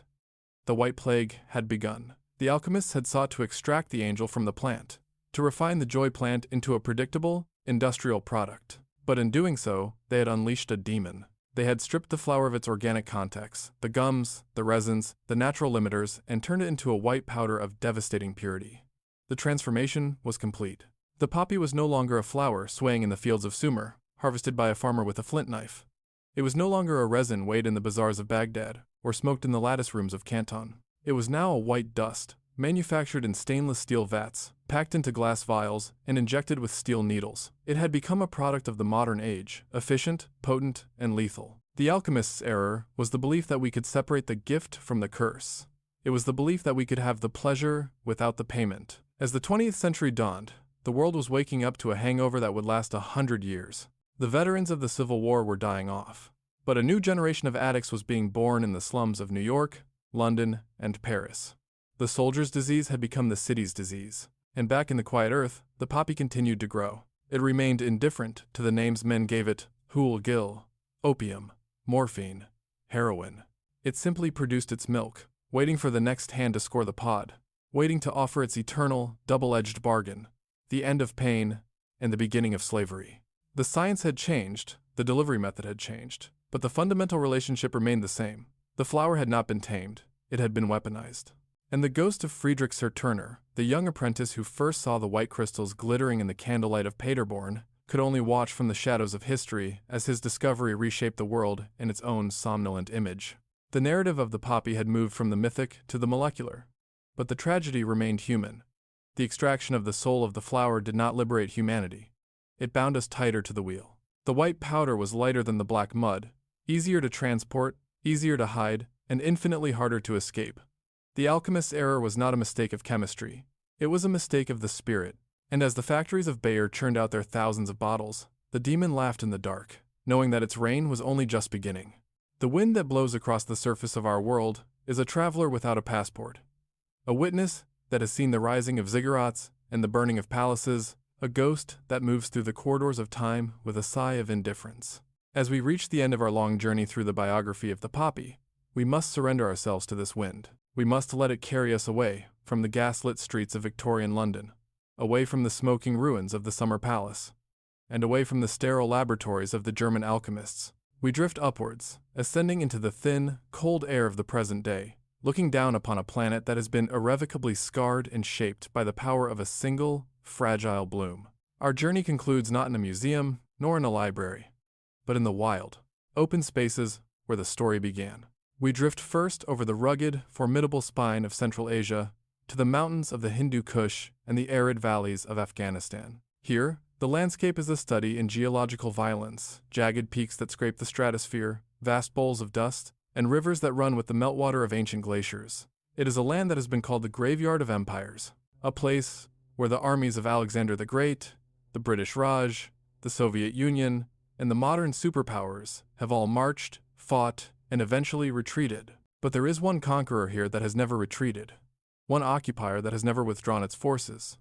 Look down into the Helmand Valley in the spring. Amidst the brown dust and the gray rock, there is a sudden, shocking explosion of color. It is a sea of pink, white, and violet, stretching as far as the eye can see. It is the Papaver somniferum, the sleep-bringing poppy, thriving in the chaos of the modern world, just as it thrived in the silence of the ancient one. The irony is palpable and profound. While men in armored vehicles and unmanned drones patrol the skies, possessing technology that can read a license plate from space, the economy of the land below is dictated by a flower that has not changed its biological imperative in 5,000 years. The plant here is a survivor. It does not require the complex infrastructure of modern agriculture. It does not need deep wells or chemical fertilizers. It needs only the scraping of the plow, the scattering of the seed, and the heat of the sun. It is resilient, drought-tolerant, and stubborn. In a land where the irrigation canals have been bombed and the orchards withered, the poppy remains. It is the weed of war, the flora of the fallout. To the farmer standing in his field, watching the petals flutter in the dry breeze, the flower is not a political statement or a criminal act. It is survival. It is the only crop that pays enough to buy flour and oil, the only currency that holds its value when governments fall and currencies collapse. The flower has become the banker of the dispossessed, a ruthless benefactor that demands loyalty in exchange for life. We drift southeast now, crossing the Great Barrier of the Himalayas, moving towards the lush, humid embrace of the Golden Triangle. Here, where the borders of Thailand, Laos, and Myanmar converge in a tangle of jungle and river, the atmosphere shifts. The air is heavy, thick with moisture, and the scent of wet earth and rotting vegetation. The Mekong River flows like a brown artery through the heart of the landscape. In the remote hill stations, hidden beneath the canopy of the teak forests, the poppy fields are smaller, patchwork quilts of green and red carved out of the mountainside. The history here is etched into the faces of the hill tribes, the Hmong, the Aka, the Lahu. For centuries, they have cultivated the opium poppy as a cash crop and a medicine. They call it the flower of forgetfulness. In the cool mist of the morning, before the sun burns off the fog, the harvest begins. And here, we witness a scene that collapses time. If you were to strip away the synthetic clothes of the harvesters and replace the plastic buckets with clay jars, you would be looking at a scene from ancient Sumer. The technology of the harvest has not advanced. It cannot be mechanized. The poppy demands the human touch. It demands the intimacy of the hand. Visualize the ritual. The harvester moves through the waist-high stalks, holding a tool that is older than the pyramids. It is a curved blade, often made of 3 small knives bound together. With a practiced, rhythmic motion, the farmer takes the green, swollen seed pod in one hand and scores it with the blade. The cut must be precise, not too deep, not too shallow. It is a surgical strike on the plant's anatomy. As the skin is broken, the white, milky latex bleeds out. It forms droplets on the surface of the pod, shimmering like pearls in the dawn light. The harvester does not collect it immediately. They leave it to dry, to oxidize, to turn into the dark, sticky gum that is the raw material of dreams. This is the black mud in its genesis. It is a timeless ritual, in a world of high-speed change. While the stock markets of the world trade in nanoseconds and information travels at the speed of light, the production of opium remains tethered to the slow, biological clock of the plant. It requires a season to grow, a day to bleed, and a hand to scrape. It is a reminder that for all our technological hubris, we are still dependent on the soil and the sun. The flower demands our patience. It forces the modern world to slow down to its pace, to wait for the weeping of the pod. As we drift away from the fields, leaving the harvesters to their labor, we must reflect on the empires that once sought to control this flow. Where are they now? The British Empire, which once commanded the seas and forced the gates of China open to sell this drug, has retreated to its island home. The East India Company, the corporate leviathan that industrialized the production of Patna opium, is dust, its ledgers closed, its armies disbanded. The Qing Dynasty, the celestial empire that viewed itself as the center of the world, has vanished, its palaces turned into museums, its emperors becoming ghosts in the history books. The Linzexu statues stand in silent judgment, monuments to a war that was lost long ago. But the flower remains. It has outlived the kings who banned it, and the merchants who sold it. It has outlived the treaties of Nanking and Tientsin. It has outlived the gunboats and the tea clippers. It is a testament to the terrifying durability of biology over ideology. Empires are built on laws and armies, which are brittle and subject to decay. The poppy is built on chemistry and desire, which are eternal. As long as human beings feel pain, and as long as they yearn for escape, the flower will find a way to grow. It is the true conqueror, the silent empress, that rules a kingdom without borders, a dominion that exists in the bloodstream of the species. The legacy of the poppy is a complex tapestry, woven with threads of gold and shadow. It is a story of duality, a paradox that sits at the very center of the human experience. We cannot simply dismiss the plant as evil, for to do so would be to deny the mercy it has shown to billions. We must look now at the other side of the coin, at the quiet, sterile rooms of the modern hospital. Drift with me through the hushed corridors of an oncology ward in a great city. The lights are dimmed, the air is cool, and smells of antiseptic and floor wax. In a room at the end of the hall, a patient lies in the final stages of a terminal illness. The body is exhausted, the defense is crumbled. The pain is a constant, grinding presence, a noise that drowns out all thought and all peace. By the bedside stands a machine, a pump that feeds a clear liquid into a vein. That liquid is morphine, the distilled essence of the poppy. Here, the flower is not a destroyer, it is an angel. It is the hand of God, reaching down to soothe the brow of the dying. It binds to the receptors in the spine and the brain, turning down the volume of the pain, softening the sharp edges of the fear. It allows the patient to rest, to sleep, to drift away on a tide of warm indifference.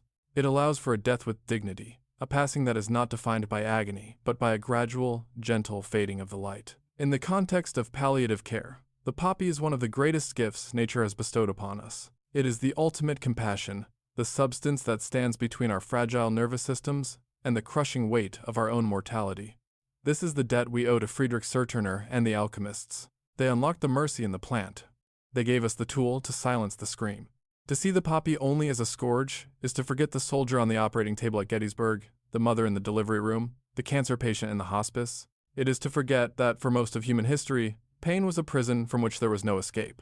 The flower gave us the key. But the key, as we have seen, opens more than one door. If one door leads to the quiet sanctuary of pain relief, the other leads to the labyrinth of addiction.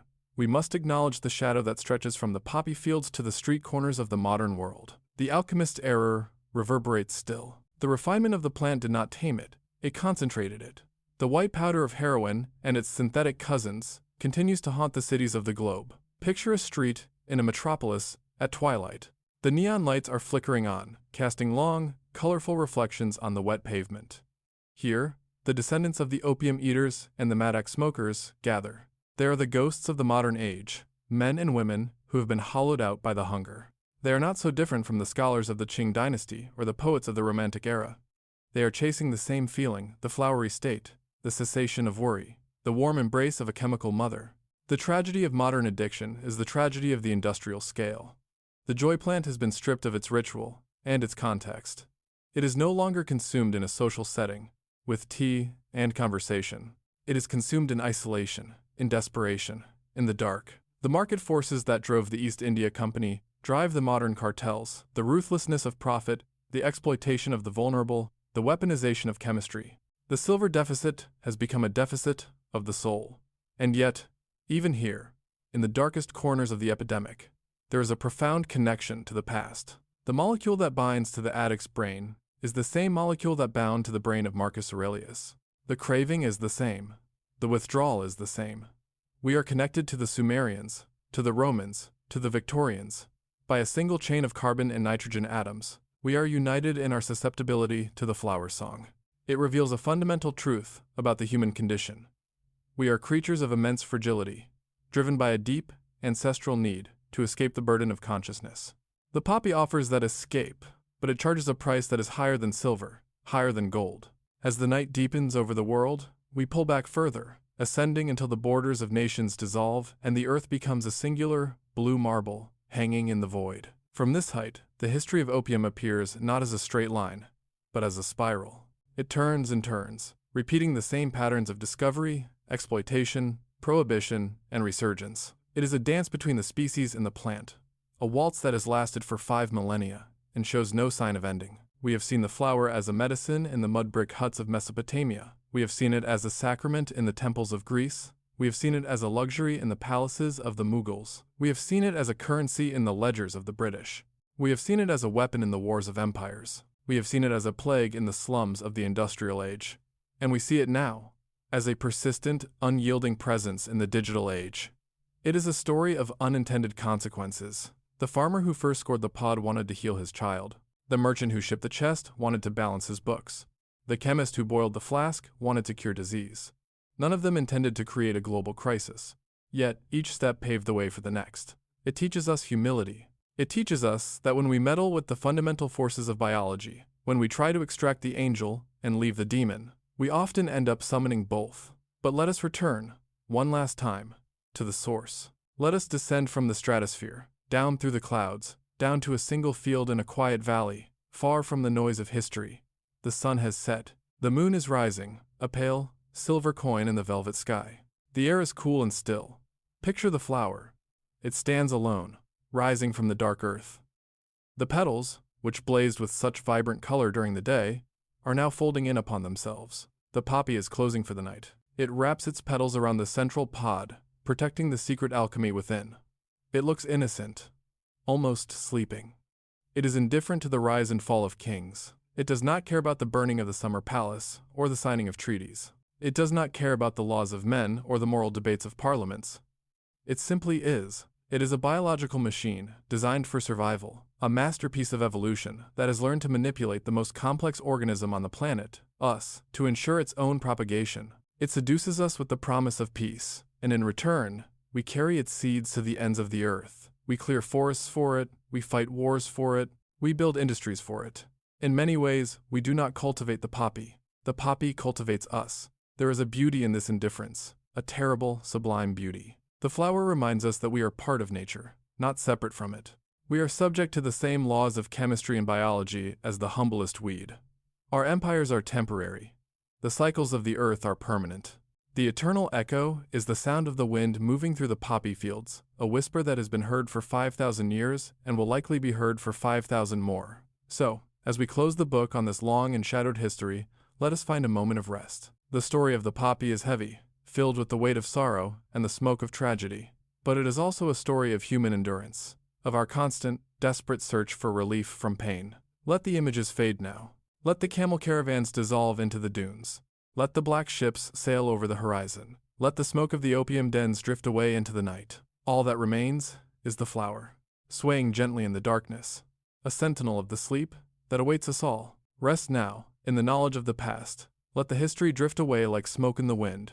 The night is here. The poppy has closed its eyes. And perhaps, in the quiet wisdom of the dark, we can find a peace that does not require the flower's milk, a peace that comes from acceptance, from understanding, and from the simple, rhythmic breathing of a world at rest. Sleep now. The journey is over. The echo remains, but the silence is yours.